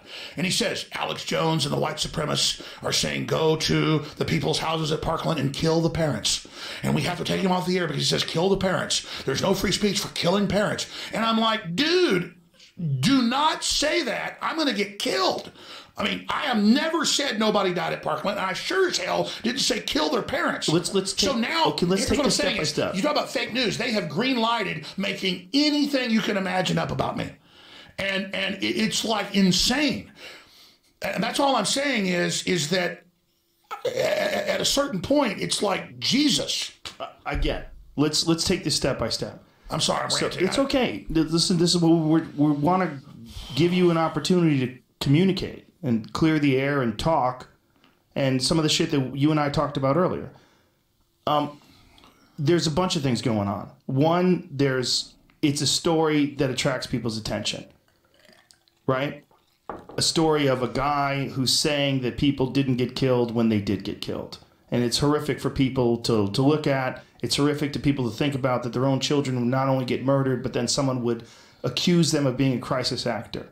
So then they start pushing that story, and that story becomes something that they make money off of, which is really, in some ways, kind of ironic. They keep this story in the news, and they keep getting clicks off of you and misrepresenting some of the things that you've said. Yes, and but Joe, some of the things that you said, you wish you hadn't said. Absolutely. Too. That's also real. But I mean, let's be clear. I'm not even defending myself. People learn stuff as you get older. In hindsight, you're like, well, why did I do that? Like, I used to, whatever was the big hot thing on the internet, I would just debate it because it was interesting. But this is what I wanted to get to. You were doing this show, and in this show, you're on the air hours and hours a day, and you're ranting about all these various things. Is it fair to say that you weren't really 100% aware of what kind of influence you were having? Absolutely. If you did know, you would have phrased things differently and done things differently. You know, it's even beyond that. I was just younger, and I was covering what other people were saying. I was not the first, the 10th, the 100th, the 10,000th. You were reading about it on the internet. It was a firestorm all over the news that people are denying it. And I've got producers going, hey, look at this video. But isn't that the problem with every single national tragedy? Anytime something happens, there's a certain amount of people that think that there's a conspiracy. Even when it's just a plane crash, even when it's just... what, fill in the blanks. Any sort of national tragedy. Exactly. And all I'm saying is, Sandy Hook's not the hill I'm dying on.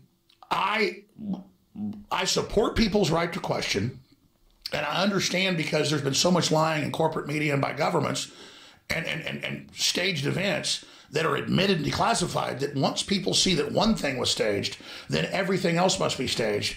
And then I have been on the receiving end of literally thousands of made-up conspiracies, which you laugh at until people in a truck with guns show up. Yeah. And so I understand part of this is the complex world we live in, all the information we have more than ever. And a lot of it is all the drugs people are on. And it's just a lot of it is schizophrenics. This is a big problem. I mean, we were talking about the certain the percentage of human worms. beings. Half of Brazil has the brainworm that makes you basically psychotic. Well, it doesn't make you psychotic. It makes you risk-taking, crazy. Yes, it affects your judgment. This is toxoplasmosis. It programs you to want to have more cats, smell piss. Yes. Well, it definitely does that to rats. It actually reprograms rats' brains, makes them sexually attracted. And there's to a bunch of cat parasites. piss. Yes, there's a bunch of them, and there's some that probably haven't even been identified. And that's where the whole crazy cat lady thing comes from. Yes, that's exactly what it is. It's one of the reasons why they tell women when they're pregnant to stay the fuck away from cat litter. Don't touch cat litter. Don't go into their cats. Yes, I mean it can be actually fatal for babies.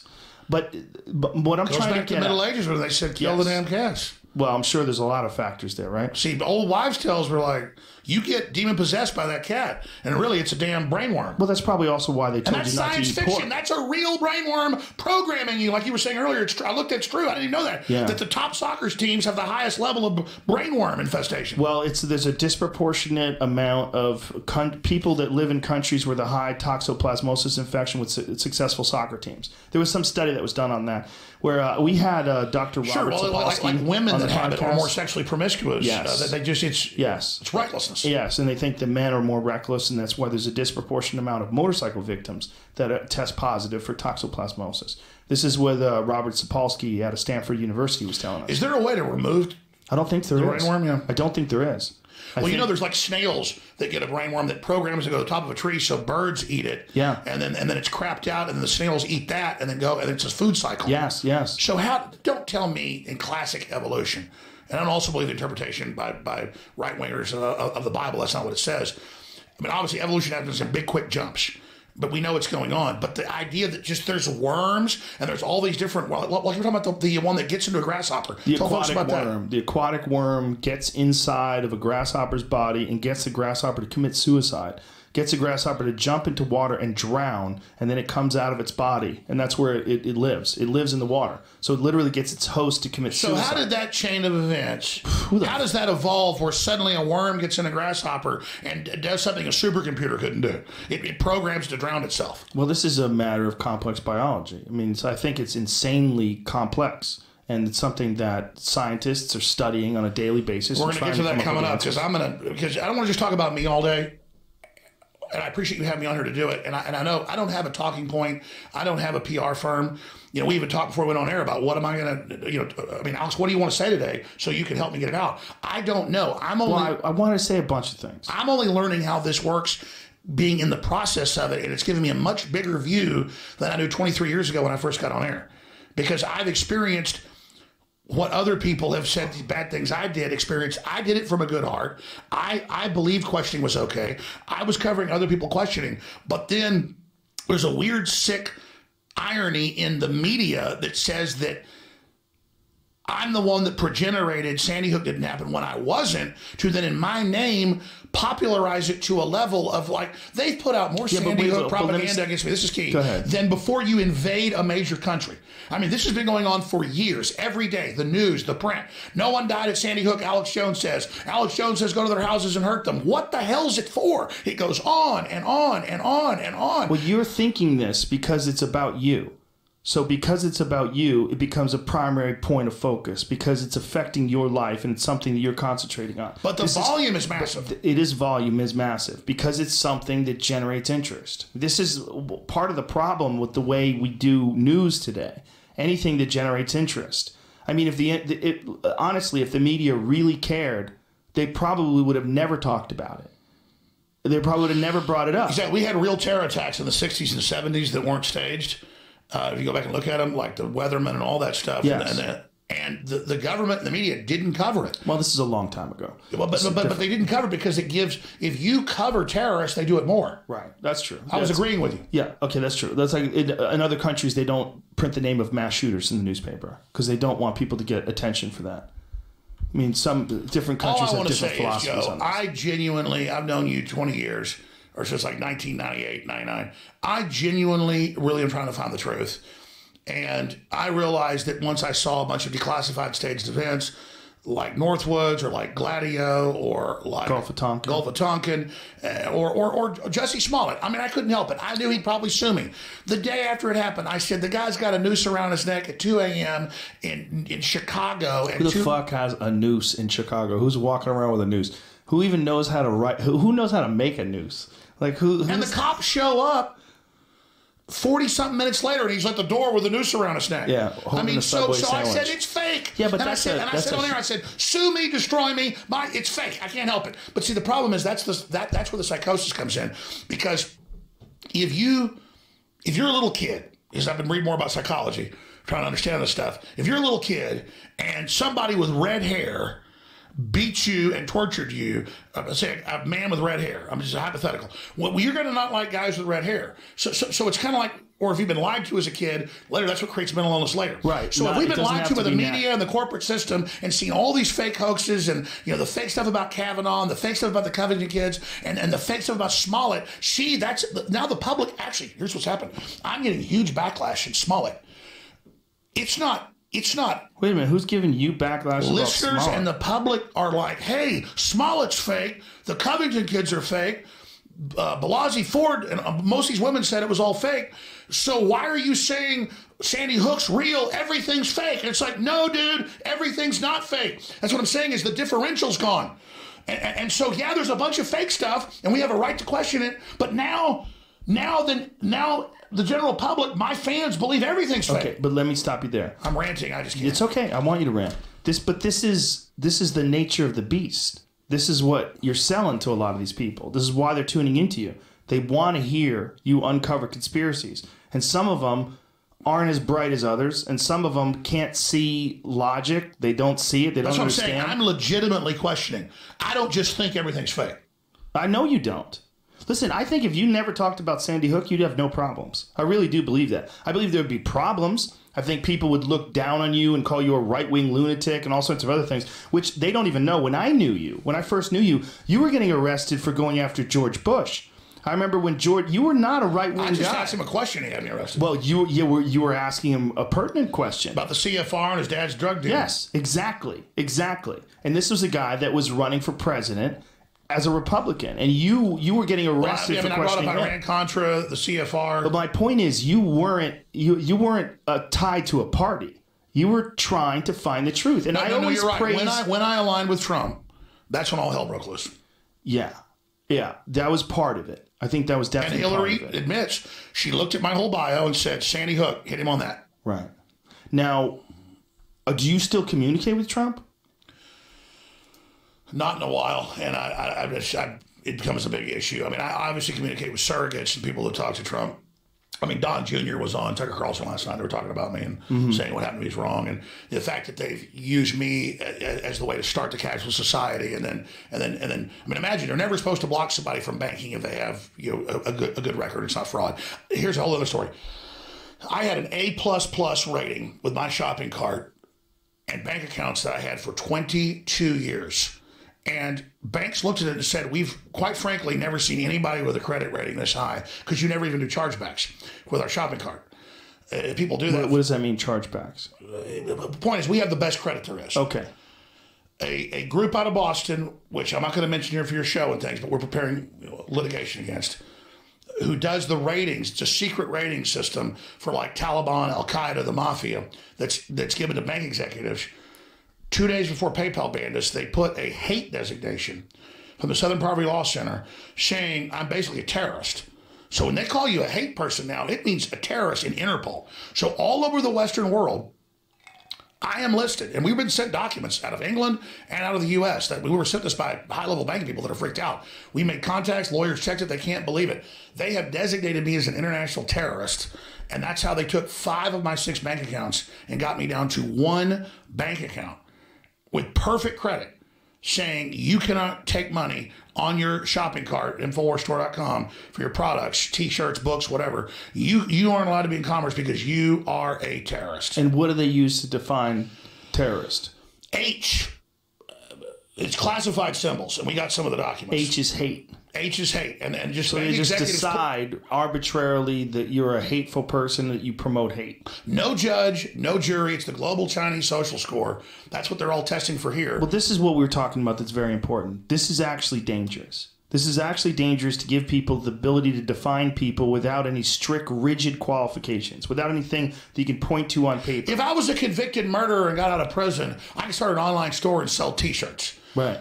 If I was Charlie Manson, he had like 4 TV specials on CBS on 60 Minutes. When I was a kid, I'd watch Charlie Manson. I don't think he was allowed to get paid for those, though. I think that was part of the thing because of he's involved in murder. Well, sure, they have laws on that. But the point is, he would do all the Rivera shows. The point is, Hitler basically was the #1 thing on the History Channel when they first launched it.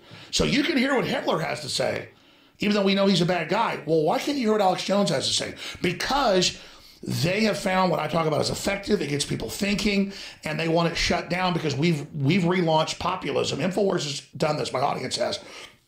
1776 worldwide. Populism, anti-globalism, anti-communism, anti-China. And the big tech companies, Google and Apple and all of them, have publicly moved to China, and they publicly agreed to censor and control the population. This is in the news. And that's why Tim Cook got so mad at me. And I made a huge issue to Trump, and I sent reports to the president I know he got.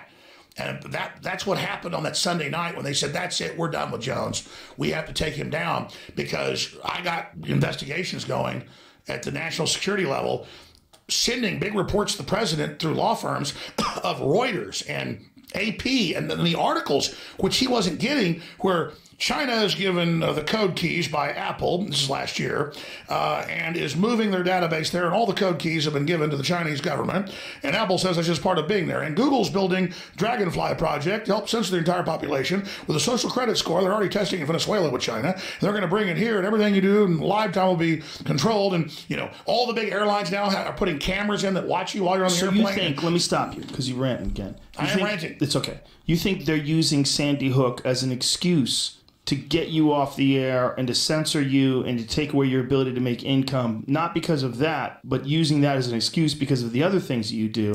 Like targeting things like Google and talking about things that you're talking about where they're in China and they're allowing China to censor the population. I'm just telling, I'm not against Google or Apple. They do a lot of cool things.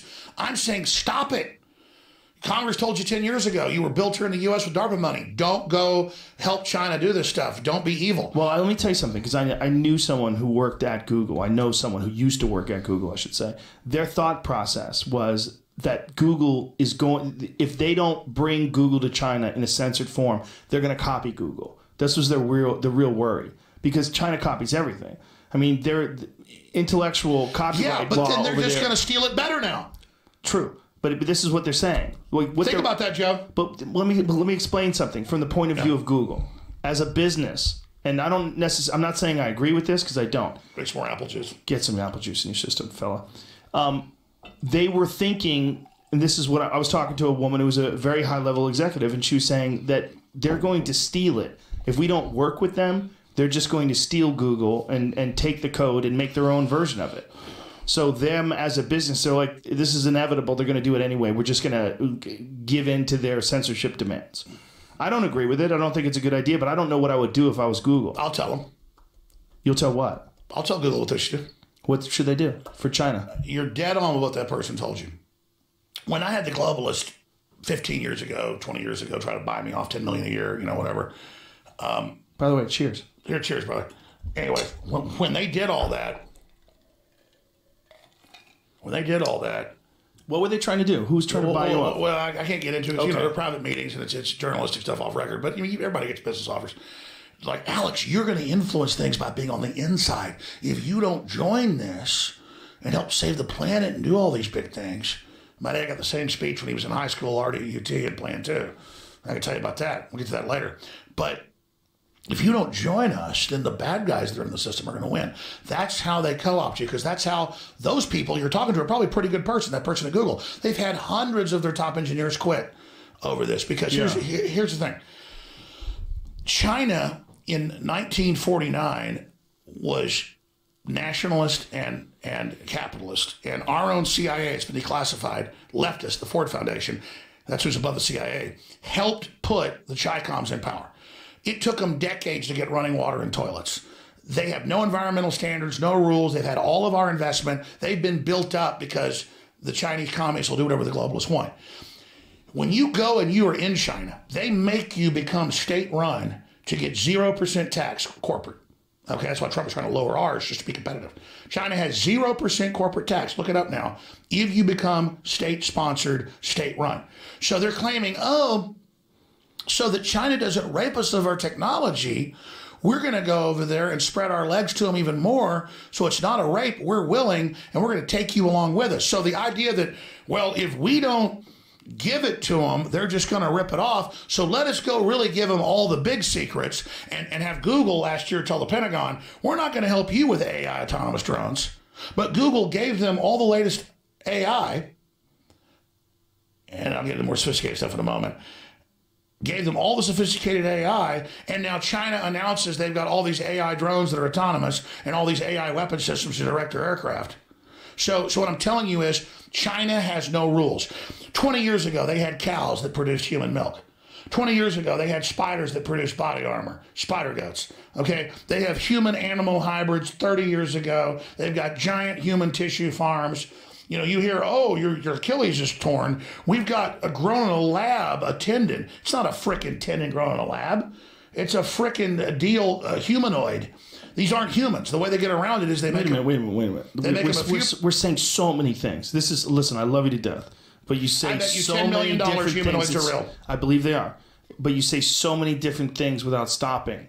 It's hard because for I'm people reporting to to the absorb. government agency so they'll listen and investigate. I'm decompartmentalizing. Okay. But this will be studied for years. So what? No, what I'm telling you is, Joe. Yes. Joe, it was in MIT Quarterly 25 years ago that they had human-animal embryos, but they killed them at the embryonic level. You can pull it up. Listen to this man. I believe They've this. got humanoids. I believe this. I mean, look, they've already used CRISPR to enhance children. With higher intelligence and everything. Yes. In China. Well, it was a side effect, they believe, of making boost their them intelligence. HIV. It was something about HIV, immune to HIV. Joe. Yes. Everything they roll out has already been tested. Oh, I believe you. But it has an aim. So let me tell you what's really going on. The globalists want to play God. They have what they call a breakaway civilization. So instead of talking about the breakaway civilization, I want to talk about Sandy Hook, which I get, and I appreciate you letting me cover, and I'm sorry it ever happened. I believed it happened. I'm sorry for people's pain. And then I ask the families, and I asked the lawyers, and I asked them all, stop in my name, saying I'm the wolf at the door, saying go after these families, and stop running around to the news everywhere saying Alex Jones says Sandy Hook didn't happen. Because the media, is the most unpopular thing in the world with 7% approval rating in Gallup. So when they say that I say it's fake, that sends people to Connecticut because people think the media lies. Right. So if they're saying Alex Jones said it didn't happen, it must have not happened, and now they're trying to create a violent event. Not the families, but I think some of the people involved know that if they make a big enough hype about it, they're going to have a big event up there in Connecticut. You understand? And they're going to blame it on me. So I'm saying, no. I believe it happened. Stop saying I said it didn't happen. And stop saying that I'm saying no kids died. Because I want to talk about human-animal hybrids and humanoids. Because, Joe, why has it got to be a humanoid? Why?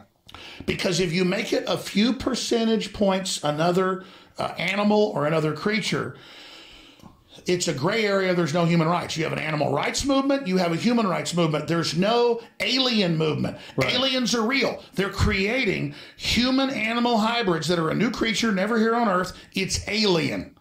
So the aliens are already here. AI is alien. The chimeras are alien. Aliens are already here. So you're saying they're making these human-animal hybrids so they can, harvest tissue from them? That's just level 1. What's level 2? What's level 8? Because I'll tell you, for the best of my knowledge, a lot of people think, oh, it's human harvesting of Falun Gong or these Buddhists really healthy. That's big. That's going on because they still have a better non-rejection rate. But with the chimeras, I remember 22 years ago reading a BBC article that was kind of testing the waters. They occasionally test it. And they go, oh, yeah, about 15 years ago, the first animal-human chimeras were made in test tubes. They were not brought to term. But some scientists want to implant them in utero in cows because obviously that's a bigger uterus. You can grow up a bigger humanoid and get more tissue. And so then I went, I better go research that. So I went to UT library at that time. You could get some on the internet like 1996. And I went and actually pulled up all these MIT reports. And I took them to my dad and other people who's a doctor. And they go, yeah, that's really crazy. And it was all about how we've got to prepare the public for this because we're going to be able to download their memories and then put it in a new body. This is before Blade Runner. So see, it's not like this is the world's not imitating Blade Runner. Blade Runner is a preparation for what's coming.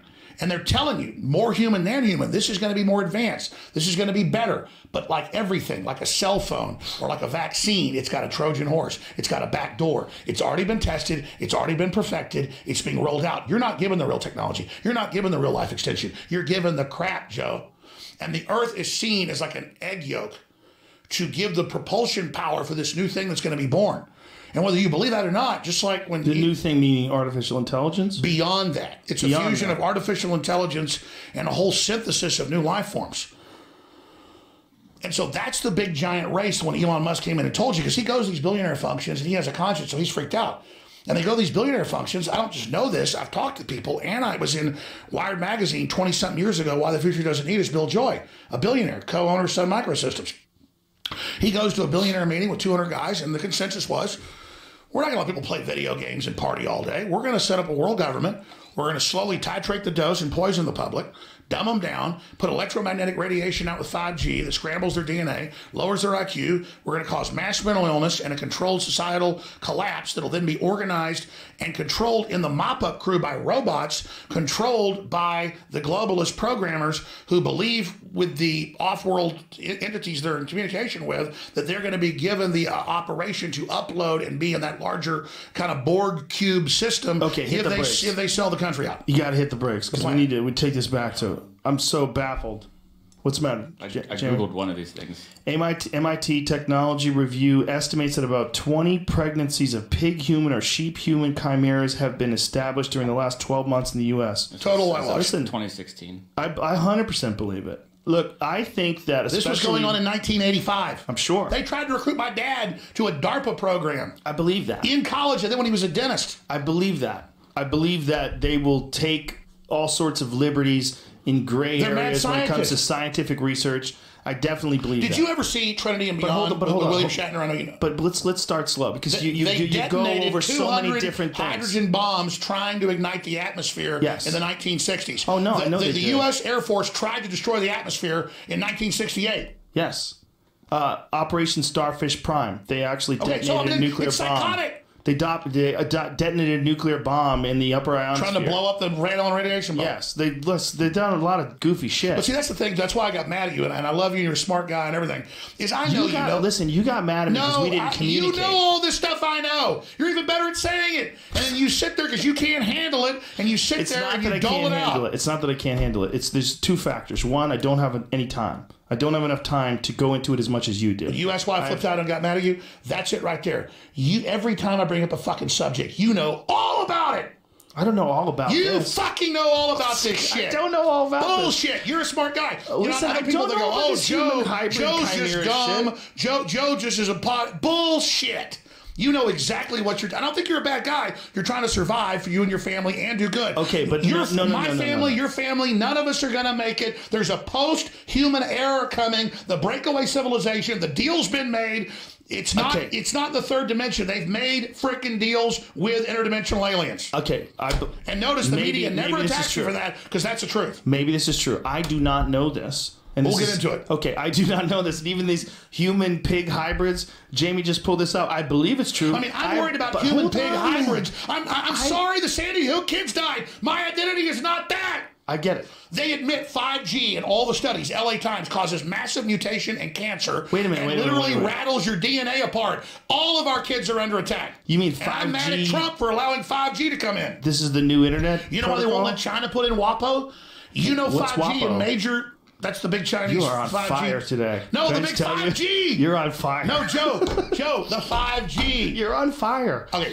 5G remember how I told you there was a BBC article in '96 about human-animal hybrids with pigs and cows? Yes. So you got to make you part cow so the cow keeps you and doesn't reject it, or part pig. Okay. Okay, but let me expand. And you know about pigs and rats were most closely related to us, not even chimpanzees. That's why a lot of the organs don't get rejected. Okay. You know about that. Yes. Okay, Yes. so Pigs are very close to humans. They even use pig organs and people. Exactly. As usual, you know everything. No, it's true. I mean, you know, in a general knowledge, you know everything I know. No, I don't. Listen, Let me tell you, Alex. Joe, this is literally, we know what they're doing. So just like they say, oh yeah, we had human-animal hybrids. This is like freaking 39 years ago now. 23 years ago, I'm reading in the BBC about it and go confirm it's happening. Okay? And they're just floating it. There was an article in 1999 in the Baltimore Sun. And I interviewed Nick Begich. You read Nick Begich in? Dr. Nick Begich? No. Oh my God, he'd blow you away. Who is he? His dad was a U.S. congressman that got killed. His brother, a U.S. senator. Should have him on the show? They're the guys that got all the money given to the Native Americans. Can you spell his last name? Begich. He's a good friend of mine. Can I get him on? Absolutely, we'll fly right now. Anyways, the point is, so what does he do? he was telling me all these years ago. He goes, Alex, it isn't chemicals in the food and water. That's Spell child's his play. last name again? Begich. I can only write it. Jamie? It's electrochemical. Okay. It's electrochemical. But I'm reading in the Baltimore Sun after I just had him on and thought it was crazy. He's giving me all these patents for mind control using wavelengths and microwaves. And I'm sitting there looking at it and I'm reading it and I'm seeing it. And the Baltimore Sun says the CIA is testing on cell towers wavelengths to calm the public during crises. I just had Begich on with patents talking about that. What Begich explains is it's not that the microwaves have somehow interfaced with the brain. We already interface with the space winds and all these other magnetic fields, everything else. So they're all just testing this stuff. And so everything they deploy, they've got all these other technologies. My dad was at UT in '65 when he was in high school. They already had CD-ROMs, computers, everything. But they had a nuclear reactor underneath the building. He wasn't supposed to tell them. And oh, absolutely. And that's what I'm telling you. It's a breakaway civilization, dude. We don't know what they got. We don't know. We don't know who they're. We don't know the whole thing. That's what I'm telling you is this is hiding in plain view. And that's why it's so crazy. Imagine if you knew all this, you're trying to tell people, and they go, oh God, he's doing that. Find one thing he did that sounds mean and make that his whole world. So that's what I'm telling you is it's been in the newspaper that the cell towers are being used for mind control. That sounds like a schizophrenic. So see, here's what a schizophrenic is. I want to see that. How do they use the cell towers? Pull it up probably. Look, here's the thing. Listen, here's the deal. Right here. You've got a total schizophrenic that thinks the sun is following him around town and thinks their dog is watching him and works for the aliens. That's not happening. You've got someone over here that believes everything they see on Fox News. Yes. Okay? Yes. Now, questioning's good. Science is good trying to figure out what's real. Yes. And all of us get freaked out, the nature of the world. No one knows what the universe is. We don't have all the answers. So it kind of, people can't handle that bigness. They can't handle that question, especially low IQ. So they have to differentiate and create a model that allows them to put it in boxes so they can make it make sense because they can't handle it. It's like they say, even top astronauts spacewalk for the first time and they're out in the universe and the whole planet's under them. And what are they going to do? It's mind blowing. Well, imagine once you realize we don't know everything, we don't understand, and it's endless, and there's all this crazy crap. People go nuts, and as humans learn more and more, as we become more advanced and go through this metamorphosis, it's going to create a giant societal crisis where most of the people are already going to get killed. The globalists understand that in the birth of this planet, this new species.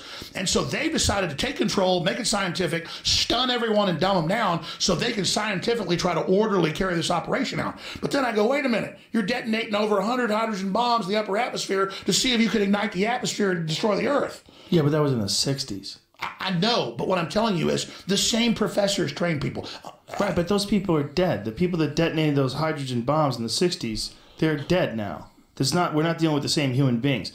I'm with you on I think people in a lot of ways are more immoral now. I think I agree with you in some ways that everything evolves and things get better. This is one of my arguments about Operation Northwoods, that if they were able to push Operation Northwoods and get it signed by the Joint Chiefs of Staff in 1962, was it 62? Yes. If they were able to do that, and no one went to jail, and no one got arrested for proposing that they were going to arm Cuban friendlies and have them bomb Guantanamo Bay and blow up a Cuban jetliner. And shoot people in movie theaters. Right. Yes. And schools. Yes. That things evolve. Things evolve. And if unchecked, and obviously that was unchecked No one went to jail for that. No one got in Did you trouble know? for that. Did you know even PBS covered it? Like I never even knew this. Here, let's read this one here. The significance of the research, he explained, is that although the cell phone power is low, electromagnetic radiation can nevertheless have an effect on mental behavior when transmitting at the proper frequency. What is this article, Jamie? Scientific American. In Scientific American, it's titled "Mind Control by Cell Phone." So it really does have an effect. They did a whole study. But on let's it, go and further. yeah, It this doesn't. is- yeah.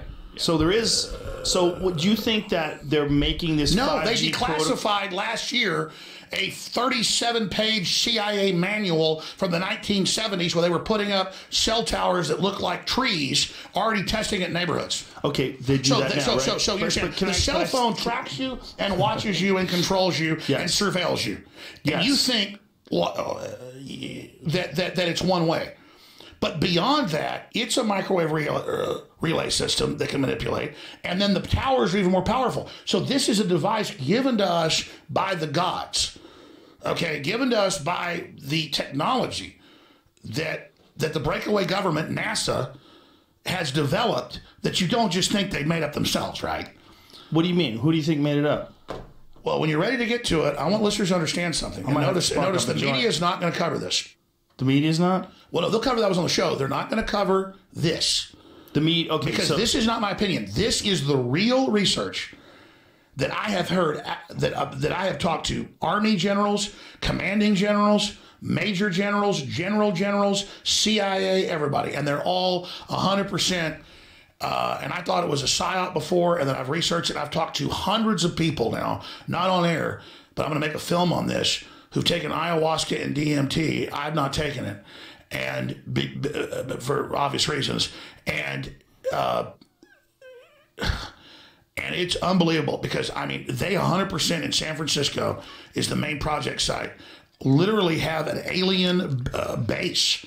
And they are literally communicating, and they've got like astronaut level people taking super hardcore levels of drugs and going into meetings with these things and making intergalactic deals. Again, that's what the government believes and says they're doing. When you say the government, that's a broad stroke. You're painting. You're using a broad brush. Like, what do you mean by the government? Breakaway rogue intelligence agencies. Okay, so what you're saying is essentially that they're using psychedelic drugs to communicate with interdimensional beings. All right. Yeah, spirit guides. Okay, everyone who's done a high dose of psychedelic drugs has had this experience.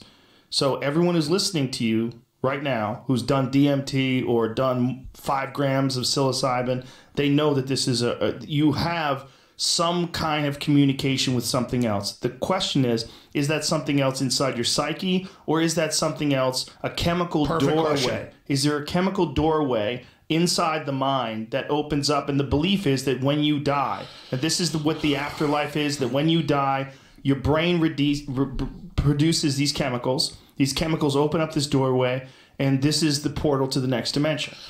So you're saying that the government is aware of this, and they must be aware of this. They've heard enough people talk about it. They must have done experiments on it. What do Because it's an scientists do? unbelievably They potent want to know thing. the secrets of the universe. For sure. And people that have the courage to experiment with these things and try them themselves realize that this is such a profound experience that it's so alien that if an alien landed right now in our parking lot and a little gray man with big black eyes got out, it would be nothing compared to what I've seen on psychedelic trips. Well, let me just tell you, me getting into this, Joe, is just because so people need to understand that I've known about this for a long time. And I just don't think people are ready for it. But a lot of folks who have low oxygen and who have 9-volt brains. Well, who have sleep apnea, big necks, big heads, tongues go big. Like you and me. You go down to 62% oxygen. That's another time that the brain releases DMT. So my whole life, since I was about, my first memories were every night was a DMT trip. So I basically, I don't want this to sound arrogant, it's not. I've seen everything. Well, I believe that when you're dreaming, it's most likely the same chemicals that are being released. Well, a key point, when you go into the REM sleep, it opens the gate, which scientists have proven your brain is working in the 4th, 5th, 6th dimension. And if you can work into those dimensions, you can see beyond it. So what I'm trying to tell you is this. I know you already know all this, Joe. But for your audience, here's what's happening. I'm not saying you're bad. I never said you were in the CIA. I say the CIA is on record with Timothy Leary and everybody promoting hallucinogens in the 60s. They admitted that it was a plan to try to see what it would do in the public to make them more suggestible. But there's a larger program, and then they kind of backed off because it kind of got out of control and actually created some people that were actually fighting them. So it didn't have the effect they wanted. So then they moved on to the ayahuasca and the DMT that they promoted, which good, strong people that have a compass don't have problems with, but weak-minded, stupid people and others. Here's an example. This guy's smart. Eric Mancow Muller, syndicated radio host. I've known him like 15 years. You just lost me. Well, I'm going to tell you the story. You said he's smart. He's a nice guy. No, I'm just kidding. He's a smart guy. Don't be mean. I've been on his show before. He likes you. I like him too. I'm just fucking around. Everybody's on this quest. Mm-hmm. And I told you I've talked to like 100 people. I've talked to more. There's a lot of people are going and doing the DMT and ayahuasca trips outside Austin. They're doing them all over the place. Yes. And I'm on his show, and he's telling me the same story everybody tells me about being in Peru or being in Costa Rica. He went and did 2 trips down there. And he said, we're sitting there and we take the ayahuasca, and then all these basically aliens come out of the woods, and we're all seeing the same aliens. We're all hearing the same thing. And it's like 43 of us or whatever seeing it. And he goes, but it was the drug's effect on our brains. No. A drug, everyone sees something different. When you open a gate, and now interdimensionally, your brain's already filtering out most stuff because you can't handle it. Your eyes are already seeing it, kind of like a cat when it's like seeing something, or a dog. Well, when they first identified, there's certain components to ayahuasca, and one of them is harmine. And when they first identified it, they tried to call it telepathine. Yes. The reason why they called it telepathine is because when they were taking ayahuasca, they were having these group experiences that were undeniable. They were experiencing like very vividly the same things. And so the government's obviously obsessed with this and isn't worried about. But here's the problem. Here's the problem. That term, the government. Are you talking about the post office? No. I'm not talking about police officers down the street. You're talking about the firemen? Or the fire department. Right. I'm talking about the real ruling technotronic. Right, but who are these people? But I think the government is a shitty term. I know who they are. Okay, but that term, the problem with that term is it lumps you into like, remember that Mel Gibson movie, Conspiracy Theory, where a wacky dude was driving a cab and believed in fucking tinfoil hat type shit? Because he'd been tortured. Yes, exactly. He'd been compartmentalized. Yes, but that kind of stuff, when you say the government is doing it, like who is doing this? Who's working on these experiments? Well, you don't have to say names. No. Like, Joe, here's the thing. Is it the obviously okay? Maybe you want to say the government because it paints a broad brush. I'll tell you. No, you're right. It's dumb to say the government, and the big question is who runs things. That's a smart question. That's the thing is they. When everybody says they don't want you to know. Do you remember that fucking guy who was ripping people off like weight loss secrets that they don't want you to know? Kevin Trudeau. And they put him in jail for that. He's in jail right now because he won't give up the money because he's got a pile of cash somewhere, and he said he would do that. I think they said they would give him Kevin Trudeau, time I think, off. is a con man. I've met him a few times. Very manipulative, but I think he has a right to say healthcare cures or natural cures I don't want you to know about. There are some, but the point is they don't. Look, I have some love in my heart for Kevin Trudeau because he started the international pool tour. He was putting a lot of money into professional pool. Yeah, but I mean, here's the deal. The OxyContin company, the documents came out, said we're going to totally addict people, and then we're going to sell them drugs to get off of it. Yes, that's pure freaking evil. Yes. So lock pure their evil. Ass up, and then we'll get to Kevin Trudeau later. I agree with you. And I'm not even defending Kevin Trudeau because I met with Kevin Trudeau a few times. I didn't know all about him, and it was like he was 100% about him and a one-way freaking street. Well, I didn't get that experience with him. Me and him just talked about pool. I was doing some stuff with him when he was first starting the pool tour. I came to a couple of his events. But this thing is like... You always have a good way of asking questions. Instead of saying who runs it all, right? You wait till I do the cliche, the government, and you correct me. And you're what I'm doing is playing devil's advocate, and I'm also looking at it from the perspective of people. 5 hours. I still Eddie's coming. Let's do another hour and get Eddie in here. Okay. Listen, Joe, you want Eddie to come at 2? No, not yet. Do you want him to come at 2 instead of 1:30? Yeah, whatever you want. I'm gonna text him right now. Anyways, let me try to be clear, Joe. I'm having a good time with you. I just want you to know Let me try to be clear. I can't say all of this on air. Okay, and I'm going to leave it at that. But I'm on record 20 years ago, before anybody else was talking about the clockwork elves and how the globalists think they're in touch with these entities and things, only because, and I don't want to get, I'm not the CIA. The CIA is bigger than Coca-Cola. It's like bigger than Walmart. I've never been in an intelligence agency. I've never been a part of any of this stuff. But I had family that was in advanced DARPA research projects that I don't know all the details about. And when I was a kid, my dad told me about some of it, not knowing I'd be a talk show host later. But like when the deputy director of the CIA needed to have a tooth pulled, he came to my dad. Okay.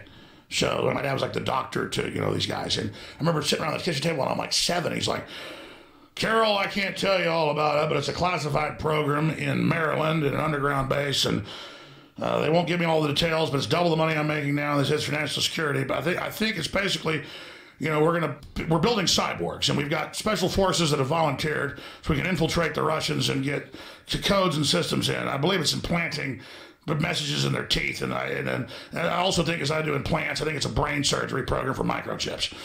And so I'm hearing, and my Carol's like, David, I'm sick of these people, and you've already done so much for the government, and look what they've already done to you and my brother. You're not going to be, I want you out of this.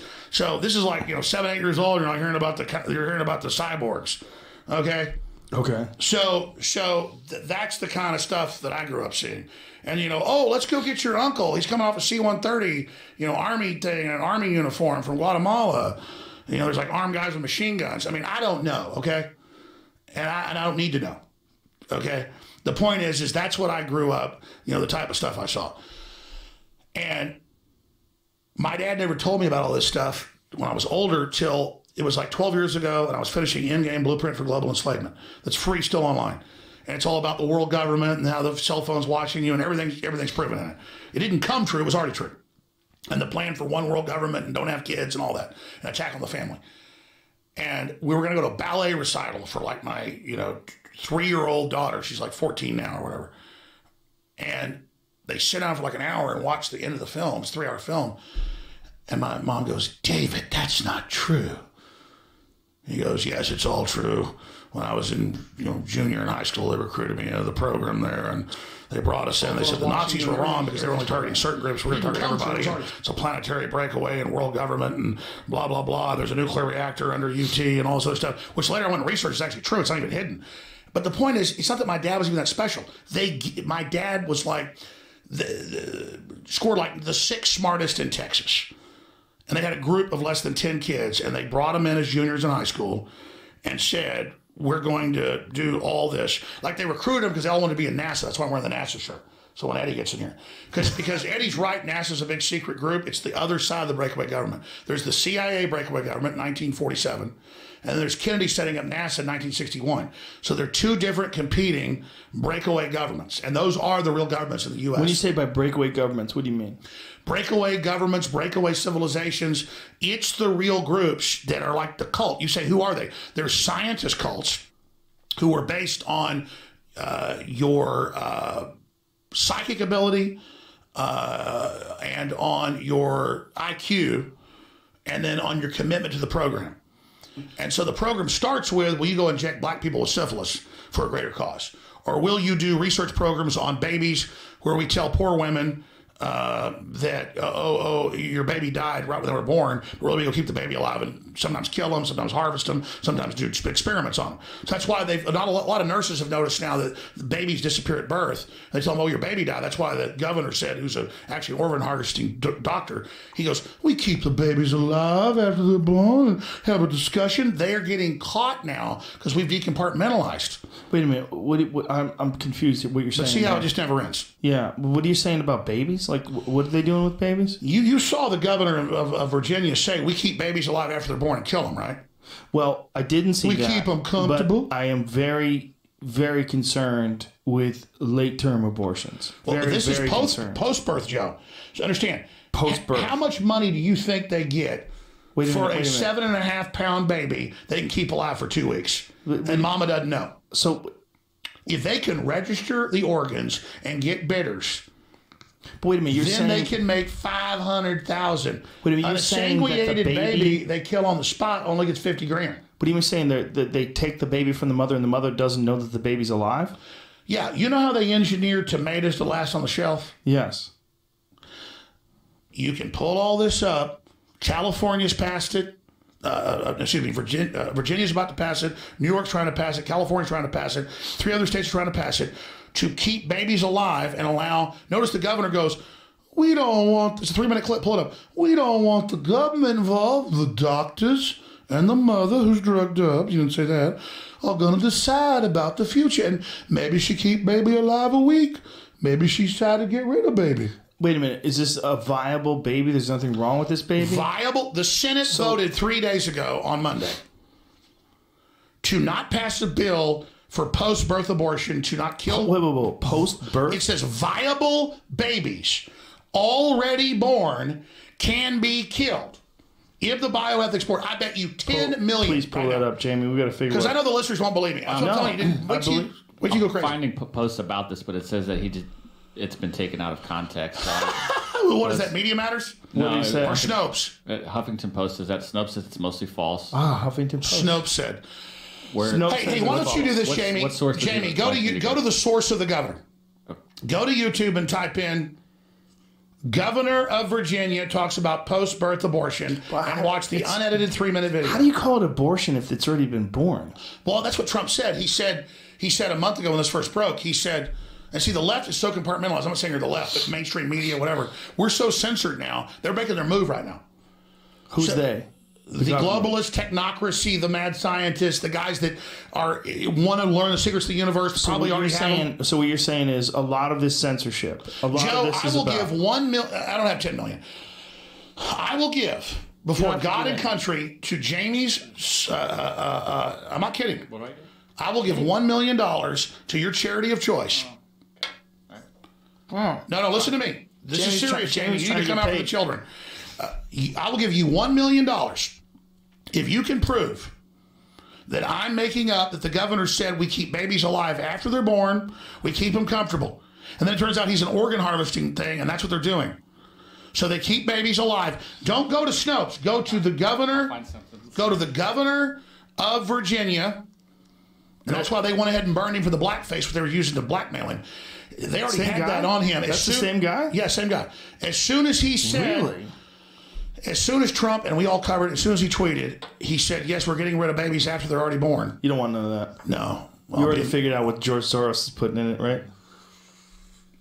No, I mean, I oversimplified that in the media. Took that out of context. I know. I said they've weaponized marijuana into an hallucinogen category, so it causes more schizophrenia. I think it does. I said that 2 years ago in court. I agree with you. I think it does. I think it does with certain people. I've had a lot of friends who are already susceptible. Yes. And the weed's so strong that they start thinking that I'm wearing swastika shoes. No, listen, I agree with you on that. I mean, I think I've simplified strong it. alpha types needed to not have a heart attack. Well, I don't know if I needed to not have a heart attack. Remember when you wanted me to smoke pot with you in that bathroom shooting a video like as a joke like 20 years ago? Yeah. And I said it makes me paranoid. Yeah, that was funny. Joe, the only time I feel fear. Remember we're wearing fucking George Bush and George Bush Senior masks dancing around the Capitol? It was fun times, Belly man. the Beast. Belly the Beast. And with the song that you wrote, you had that fucking song about it? Jamie, this isn't a joke. I will give $1 million. Okay, you don't have to give any money, but I believe you. I just want listen. No, but I have skin in the game. I can pull it up on my phone. I believe you. I mean, he's going to find it. We'll listen to it. You don't have to. We're listening to you. And then he uses these arguments.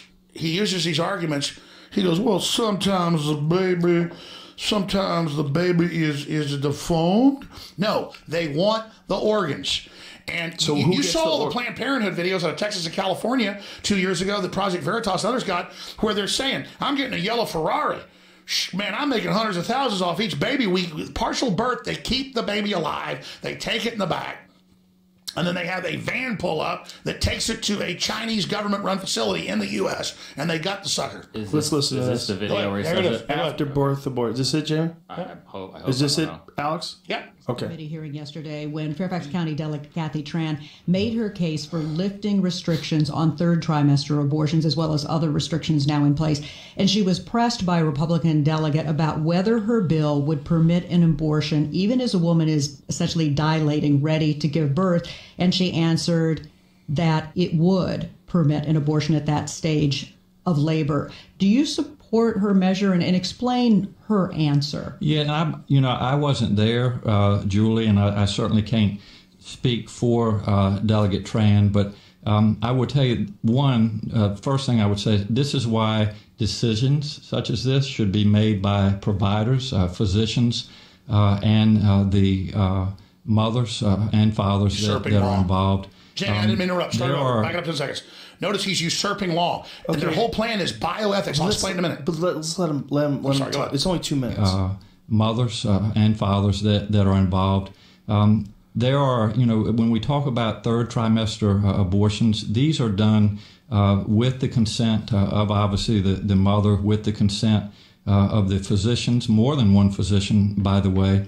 And it's done in cases where there may be severe deformities, there may be a fetus that's non-viable.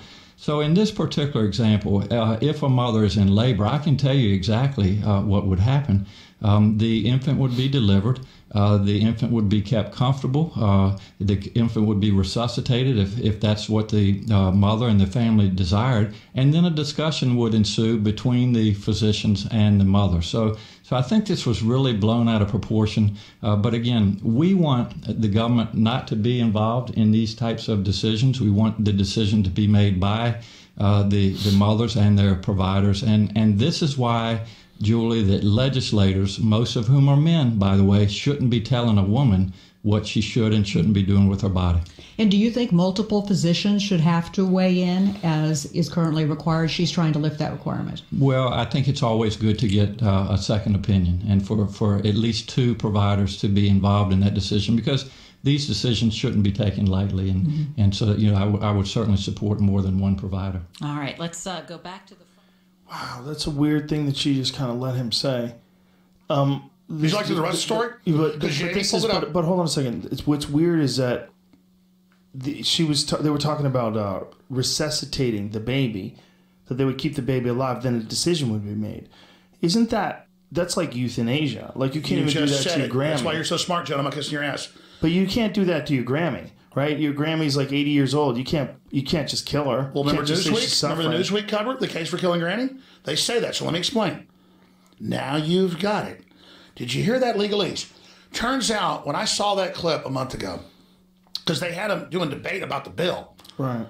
And they said, "Yeah, we'll kill babies after they're born," and they're debating, "Well, how far along?" Well, whatever the doctor said. But it's jurisprudence. There's law. You can't do that. So this is saying, oh, the government not involved. This is the medical system usurping. If they can kill a baby after it's born, because sometimes they deformed. Sometimes they deformed. Here's the key. Notice he said, we resuscitate. They don't consider you alive till the bioethics board says that you're a viable human. And under the bioethics in Europe and under the UN now, which is all Nazi. By the way, the EU was set up by the Nazis. Volkswagen, I'm not against Volkswagen itself, but that was literally drawn, the first Volkswagen by Hitler. Audi, the Olympic symbol. I mean, Hitler was a really bad dude, but he literally, so much of our world's governed by him. NASA, everything. They had a system where they first killed babies they thought were deformed. That was 1934. And the final solution happened like 6-7 years later. And so he's saying, because they've got a big problem. They've got undercover videos. They're keeping babies alive. You want to pull those up? I'm not BSing. There's dozens. So they've got to start getting it going now with governor physicians and people to go, because the nurses are freaking out. Mm-hmm. And they're saying, we're keeping babies alive and they get put in a van and drive away. What's going on? They're like, well, we didn't get them, but they're comfortable. So the baby's worth $500,000. Who's paying that? In the chain of delivery, just on time delivery. Each organ's worth a lot of money. And so, but if you kill them right on the spot, they're like, why are we wasting this 7 pounds of meat? So see, if they can keep them alive, and now they've built these new wings. They've built new wings. No, I can pull up and pull up. They have wings where they go, oh, we consider the baby dead. The mother decided it didn't live.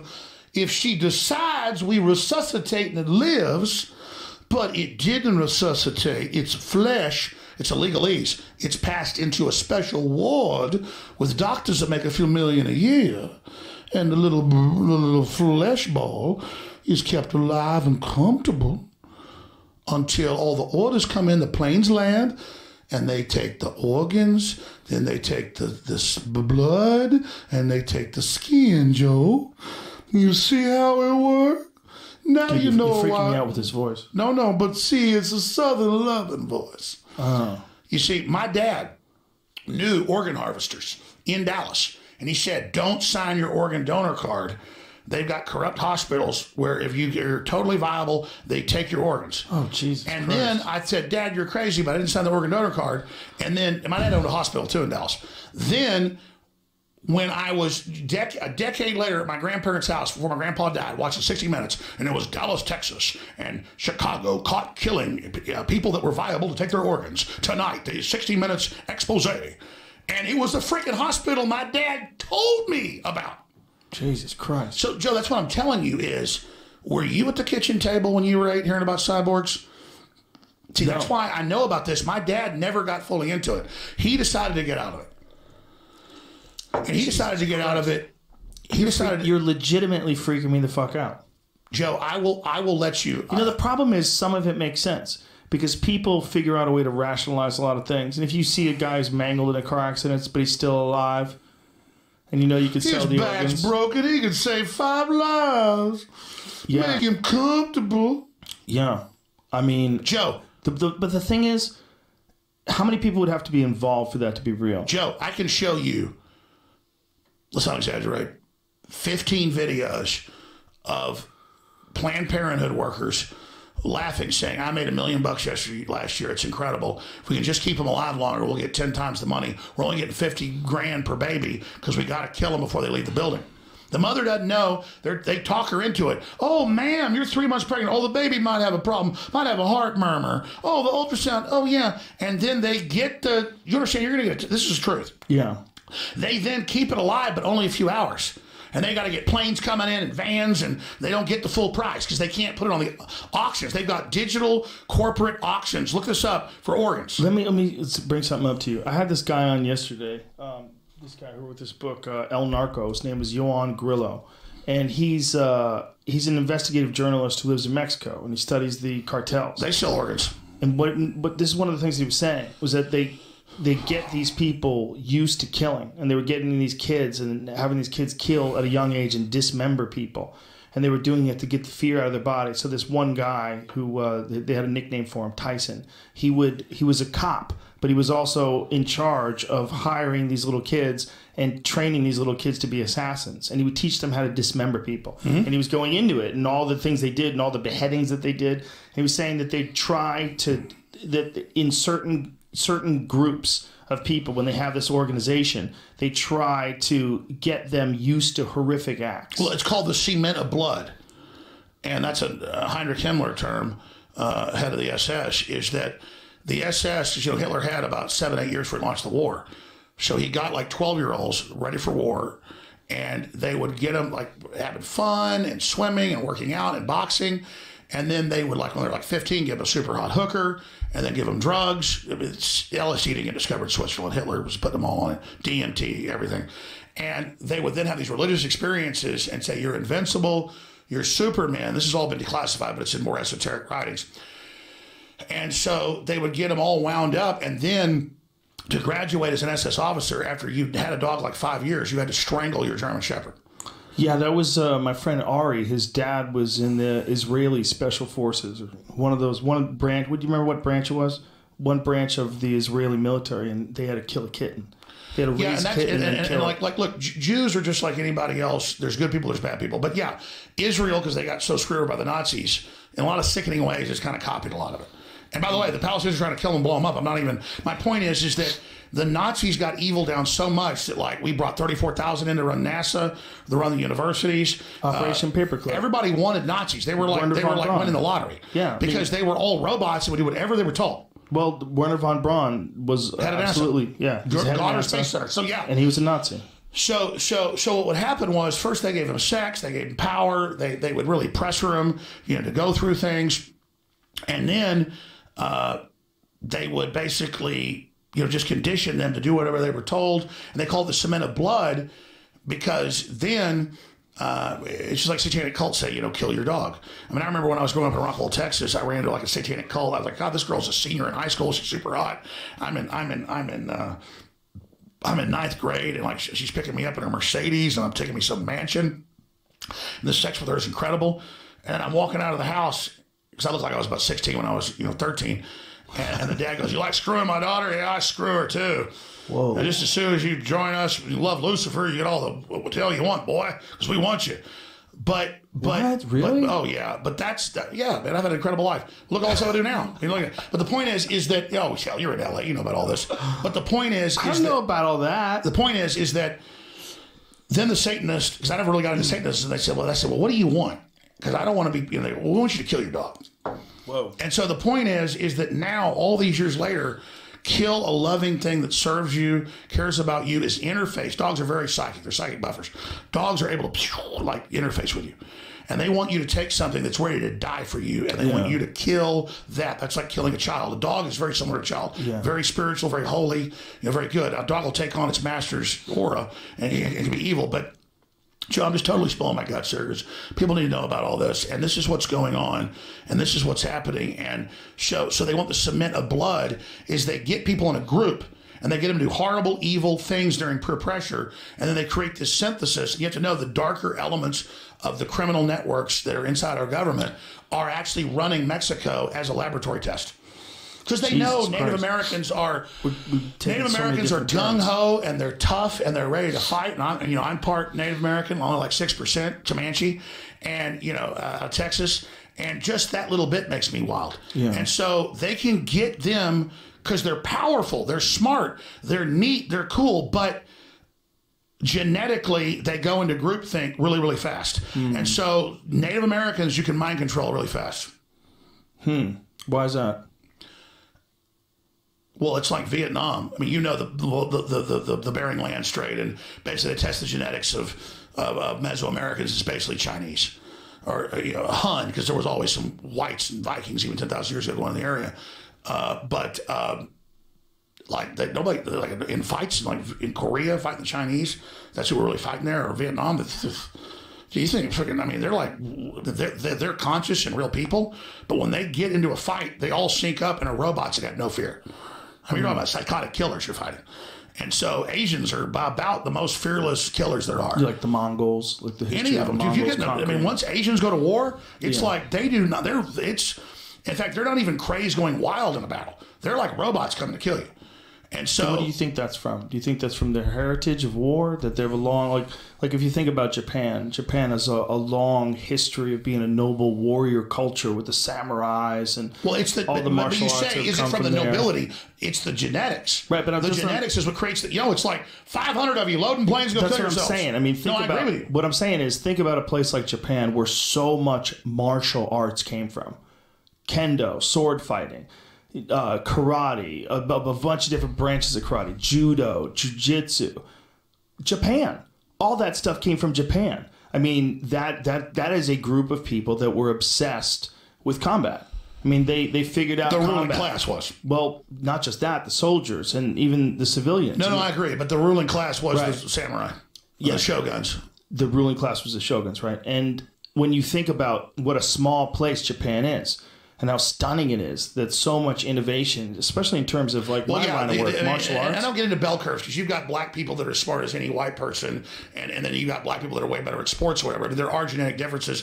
We're not, and then you've got the head of your former, it was Cold Springs Harbor, Watson comes out and says blacks aren't human, all that BS. That's just the racist crap that's in the government. But it's true that some groups of Northern Europeans, and then the Japanese, on average, per capita, have the highest IQ.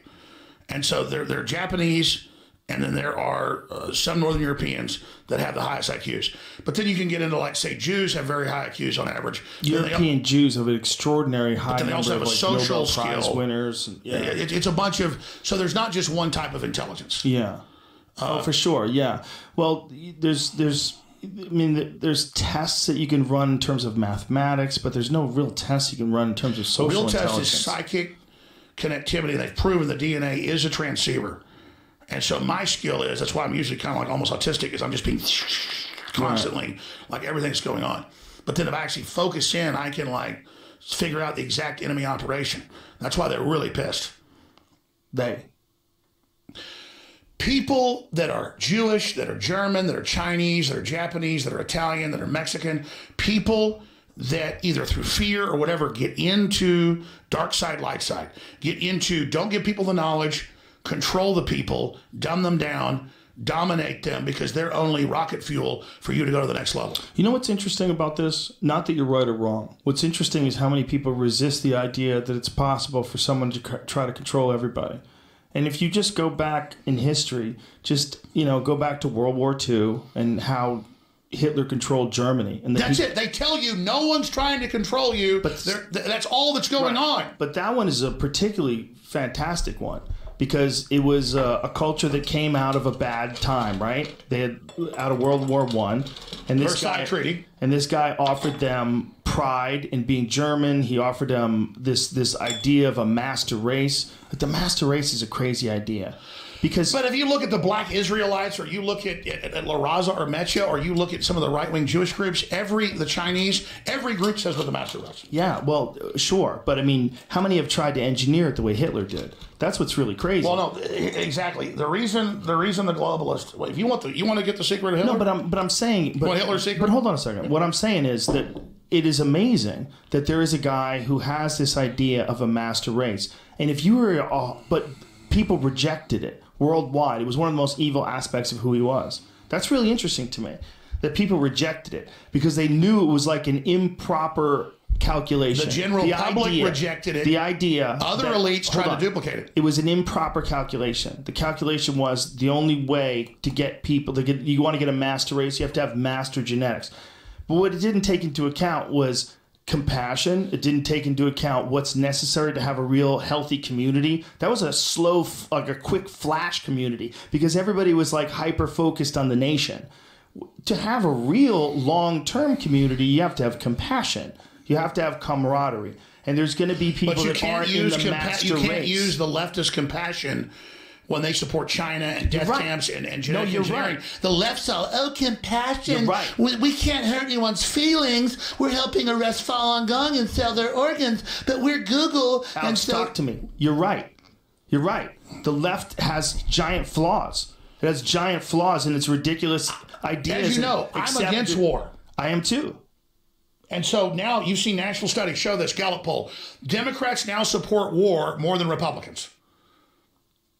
Well, this is about what? This is about pulling out of Syria? Trump's trying to get denuclearized, and everybody's loving it in South Korea and Japan and North Korea, and he's actually got them to not fire missiles and destroy nuclear sites. There's a real problem in people not being able to say that anything that Trump does is good. If a Democrat was doing what Trump was doing on some issues, I disagree with some, I would support them. I don't give a damn what they're D or R. Well, and so then Trump got rid of he's getting rid of the minimum sentences. I mean, Hillary Clinton, oh God, I saw this the other day. I know I'm ranting, but I was watching, I forget who the top Democrat was. They were on CNN. And I meant to play the clip of my show and I didn't do it. And they go, President Trump thinks blacks. Yeah, the clip was CNN. CNN says Trump thinks blacks are stupid. And it was a CNN panel going, Trump says blacks are super predators who have to be brought to heel. And Joe, that's Hillary Clinton 1994 after she passed the Crime Act. That's her quote. So they're inverting reality, knowing our talking point is she did that. We have the video. Type in Hillary says blacks are super predators. They said Trump did it. It's not about Trump. It's that he didn't do that. Okay, but let's get back to what we were trying to say was that if he does anything good, no one can accept it because he's on the wrong team. That's part of the problem with what's going on. It's part of the problem with people willing to accept ridiculous shit on the left and people willing to accept ridiculous shit on the right, is that we get on a team. And that the people that are on the left, they can't admit if the economy's going well. They can't admit if Bill Maher said, let's crash the economy. Well, Bill, I don't know. I know you like Bill. Listen, I've been on his show before, and I talked to him once. We did a show together once with Craig Titus. Nobody can lie and say that he's not very talented and that he's more truthful than most leftists. He says, I want abortion, I want death, I want more room on the highway. He's a comic. I'm telling you, man, the shit that he's saying, he's only saying because he thinks it'll work. And I don't need to go on his show with his bits. Why would he, knowing to be the highest ratings he ever got, not invite me on? I don't know, man. You'd have to talk to him. But what I'm saying is when he starts talking, like people are saying, oh, Bill Maher's mocking the red states. He's doing a bit. Like he thought there's funny in that. That's all it is. Like if you talk to him about his legitimate opinions, he's capable of having a conversation about legitimate opinions. No, but I agree. And you can disagree or he's wrong on that point. Which point? Say that the red states want to be the blue states. The demographics show the opposite. I think it's just a joke. I really do. I don't think he even means it. I mean, if he does mean it, I disagree with him. But I think it's a joke. Let me have a beef with you. Let me have a beef with you on this, and I'm not Okay. saying you're wrong. Okay. Because everything I've learned is great. There's mixtures of everything. Yes. And by the time I go to the next thought, I forget the last thought. But the point is that what we're saying was that he was doing a joke about the red states wishing that they were the blue states, and you were saying that that's wrong. And I was saying he's just fucking around. He's like prodding. Oh, that's it. Mainstream news is dead. It has very low ratings. I mean, it went down to almost nothing, and they go, "Oh, ratings are up in the Trump era," like a dead cat bounce. It's like 10% of what it used to be. Larry King used to have 15 million viewers. Now the top CNN show has 1 million. So we're looking at that. This is the future. This is where the people are. Real things, not scripted, no teleprompters. There's no teleprompters here. This is real. And so they get up on television. I'm literally having Alzheimer's. What was the point again? We were talking about Jesus Christ. One problem. Here's the problem with no teleprompter. I literally tell you what's in my brain. This is like my truth. Doesn't mean I'm accurate. It doesn't mean I'm perfect. It means I'm telling you what I really thought. Oh, I know what it is. Fucking around. I know what it is. No one's watching mainstream news anymore. No one's watching mainstream news. Right. But let me tell you what they are watching. The Big Five. The nightly comic shows and Comedy Central shows, The Daily Show. Trevor Noah, Stephen Colbert, all those guys. Because they want some relief. But it's not, they want relief. Right. I used to watch, their ratings are down. It's still not as bad as, as other stuff. Because now that no one's watching news. Doesn't Sean Hannity do really well? Isn't his show very popular? No. Only Fox because it's seen as alternative, just like you. Oh, okay. But what I'm saying is, well, the problem is I'm not articulating this well because it's the truth. It's not like some packaged thing. They have turned all of the so-called comic shows into fake comics posing as fake news people, putting out political commentary, which people take as real and believe on the street. And so that's where all the propaganda is. And so you say Bill Maher's just joking around. Bill Maher's just over here. Bill Maher doesn't know what he's doing. It's all a unified message. They have Stephen Colbert get up on air and say that I'm a KKK member and make jokes. And you know what? People shouted at me on the street. Well, that's unfortunate. But what I will say about what they're trying to do, they're not trying to deliver information. They're trying to crack jokes. I guarantee you, there's a whole writing staff behind but all Bill those Maher hosts shows. admit that the Democrats call them and tell them what to write now. I don't know if that's true, but if it is as true and they do listen, that's not good, and that's unfortunate. Who's the guy you host the Man Show with? Doug Stanhope. No, the other guy. That's not he what I hosted work it too. with. There's Jimmy Kimmel and Jimmy Adam Kimmel Carolla. says he gets calls every day from Chucky Schumer, and they work on what he says. For his television show? Type it. This is what's so frustrating. He might have been fucking around, though. No, dude, it's talking points, man. Okay, I believe you. When Hillary lost, Jimmy Fallon went from being funny to being totally weaponized.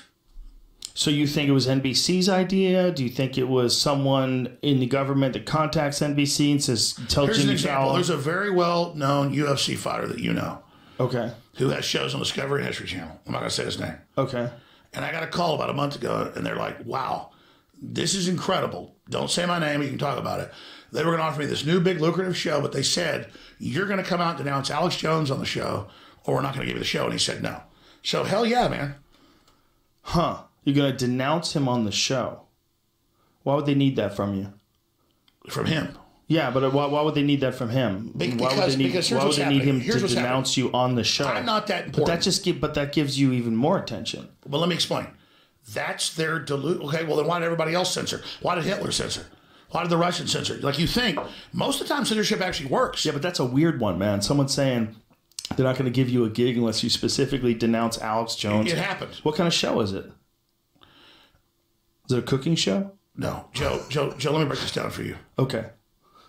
I swear on my kids I told you the truth about that. I believe you. But I'm saying it just seems so crazy that they would ask him to denounce you on a television show. I'm not saying it's impossible. That's what everybody who's not independent is told because they're beholden to other people. You're a rarity. I'm one of the only people that's not beholden to any other network or people. You realize, I'm not just saying this is some kinship. Who else has a big, mega popular show that's multimedia that isn't controlled by a parent company? Adam Carolla. Yeah. Who else?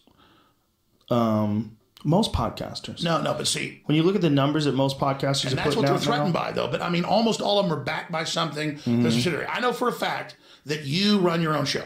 Yeah, that's a fact. Look, I got some notes here, and all I want to say is this. I want to point out one point that you had about that was really good.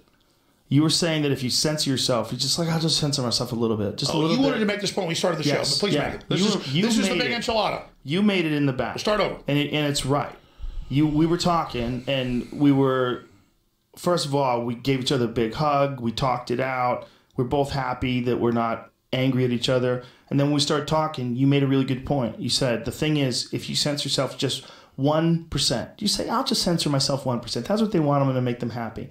And then they're just going to keep moving it. They're just going to keep moving it forward, moving the goalposts, and providing you with more money and giving you more things, but keep moving it in a certain direction. And if you keep giving into it, they're going to have a hold of you and they can control you. And that's how network television got started. If you really think about what network television is, the reason why they don't swear and they don't have explicit content isn't because people wouldn't want to see it. The reason is because the advertisers won't let them. There's a whole commerce aspect to it. It's not just, hey, you're the CSI guys, or hey, you're exactly. And so now they've organized with Sleeping Giants and Media Matters a couple million people that call and threaten and attack anybody. And then notice, Joe, once they're done with me, now it's Joe, you better not have this person on, or you better have that person on. And so what is your soul? What is your destiny worth? And I always thought I was smart because I could analyze politics and history. I was kind of socially retarded. And so I don't think you're allowed to say that anymore. Exactly. But I mean, I was. And so that's what I'm getting at is the biggest lie is, I want people to know the truth. I don't come up with some cold-blooded calculation about what I think is going to advance my personal life. I really care about people. And in the process, I've seen things wrong. I've grown. I've hurt people. I apologize. Listen, that's true. That's true what you're just saying about you. And this is one of the things that I've always tried to explain to people. If people get mad at me for knowing you, I'm like, I have a great time with that guy every time I see him. You and I have had a great time in Austin. We had a great time at the UFC. We've hung out at numerous comedy shows that I've done in Austin. I've done your show. Films 20 years ago. We've had a lot of fun together. And so when people get mad at you about Sandy Hook or... All right. Feel free to catch the rest of the interview on YouTube if you want. I will have the rest of it up at the end of my stream because I like to leave stuff like this running. This is the Joe Rogan Experience, number 1255. Alex Jones returns. It's when he came to the show. So anyways, it was a great interview, and there's another interview where he actually went on the Alex Jones show. So I'm going to post this one and the next one because it's awesome.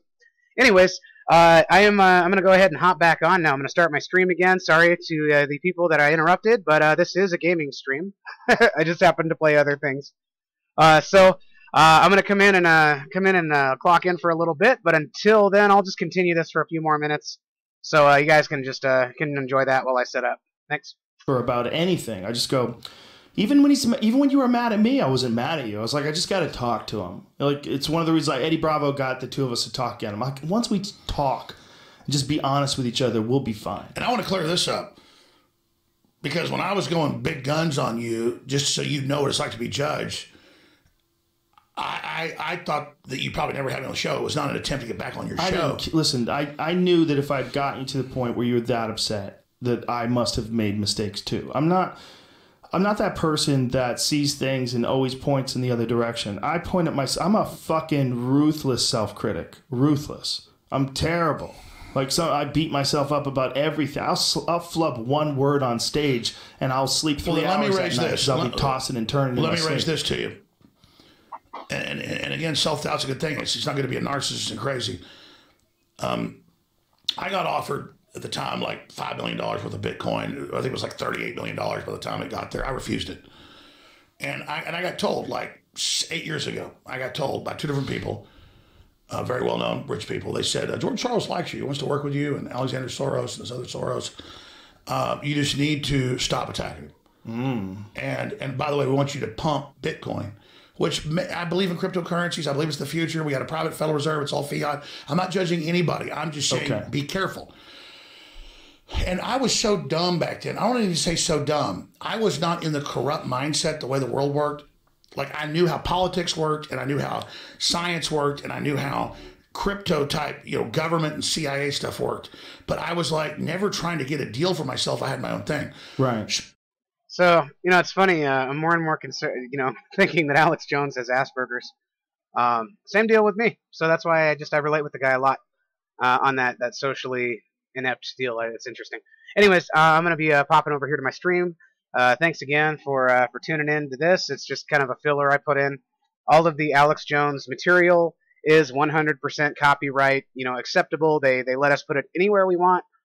He says it all the time on the show that he really doesn't mind if we spread these around, and we can edit them and doctor them and download them and re-download them and upload them all we want, because they do not enforce copyright. They don't care about that. They just want the word to get out. It's not about money. So you guys can even take the video here if you want, anything like that. You can take this. You can do whatever you want with it. So just like I can, that's why I'm using this particular piece of footage. All right, so I'm going to go ahead, and without further ado, I'm going to relaunch here and get the game set up. So have a good day, guys, and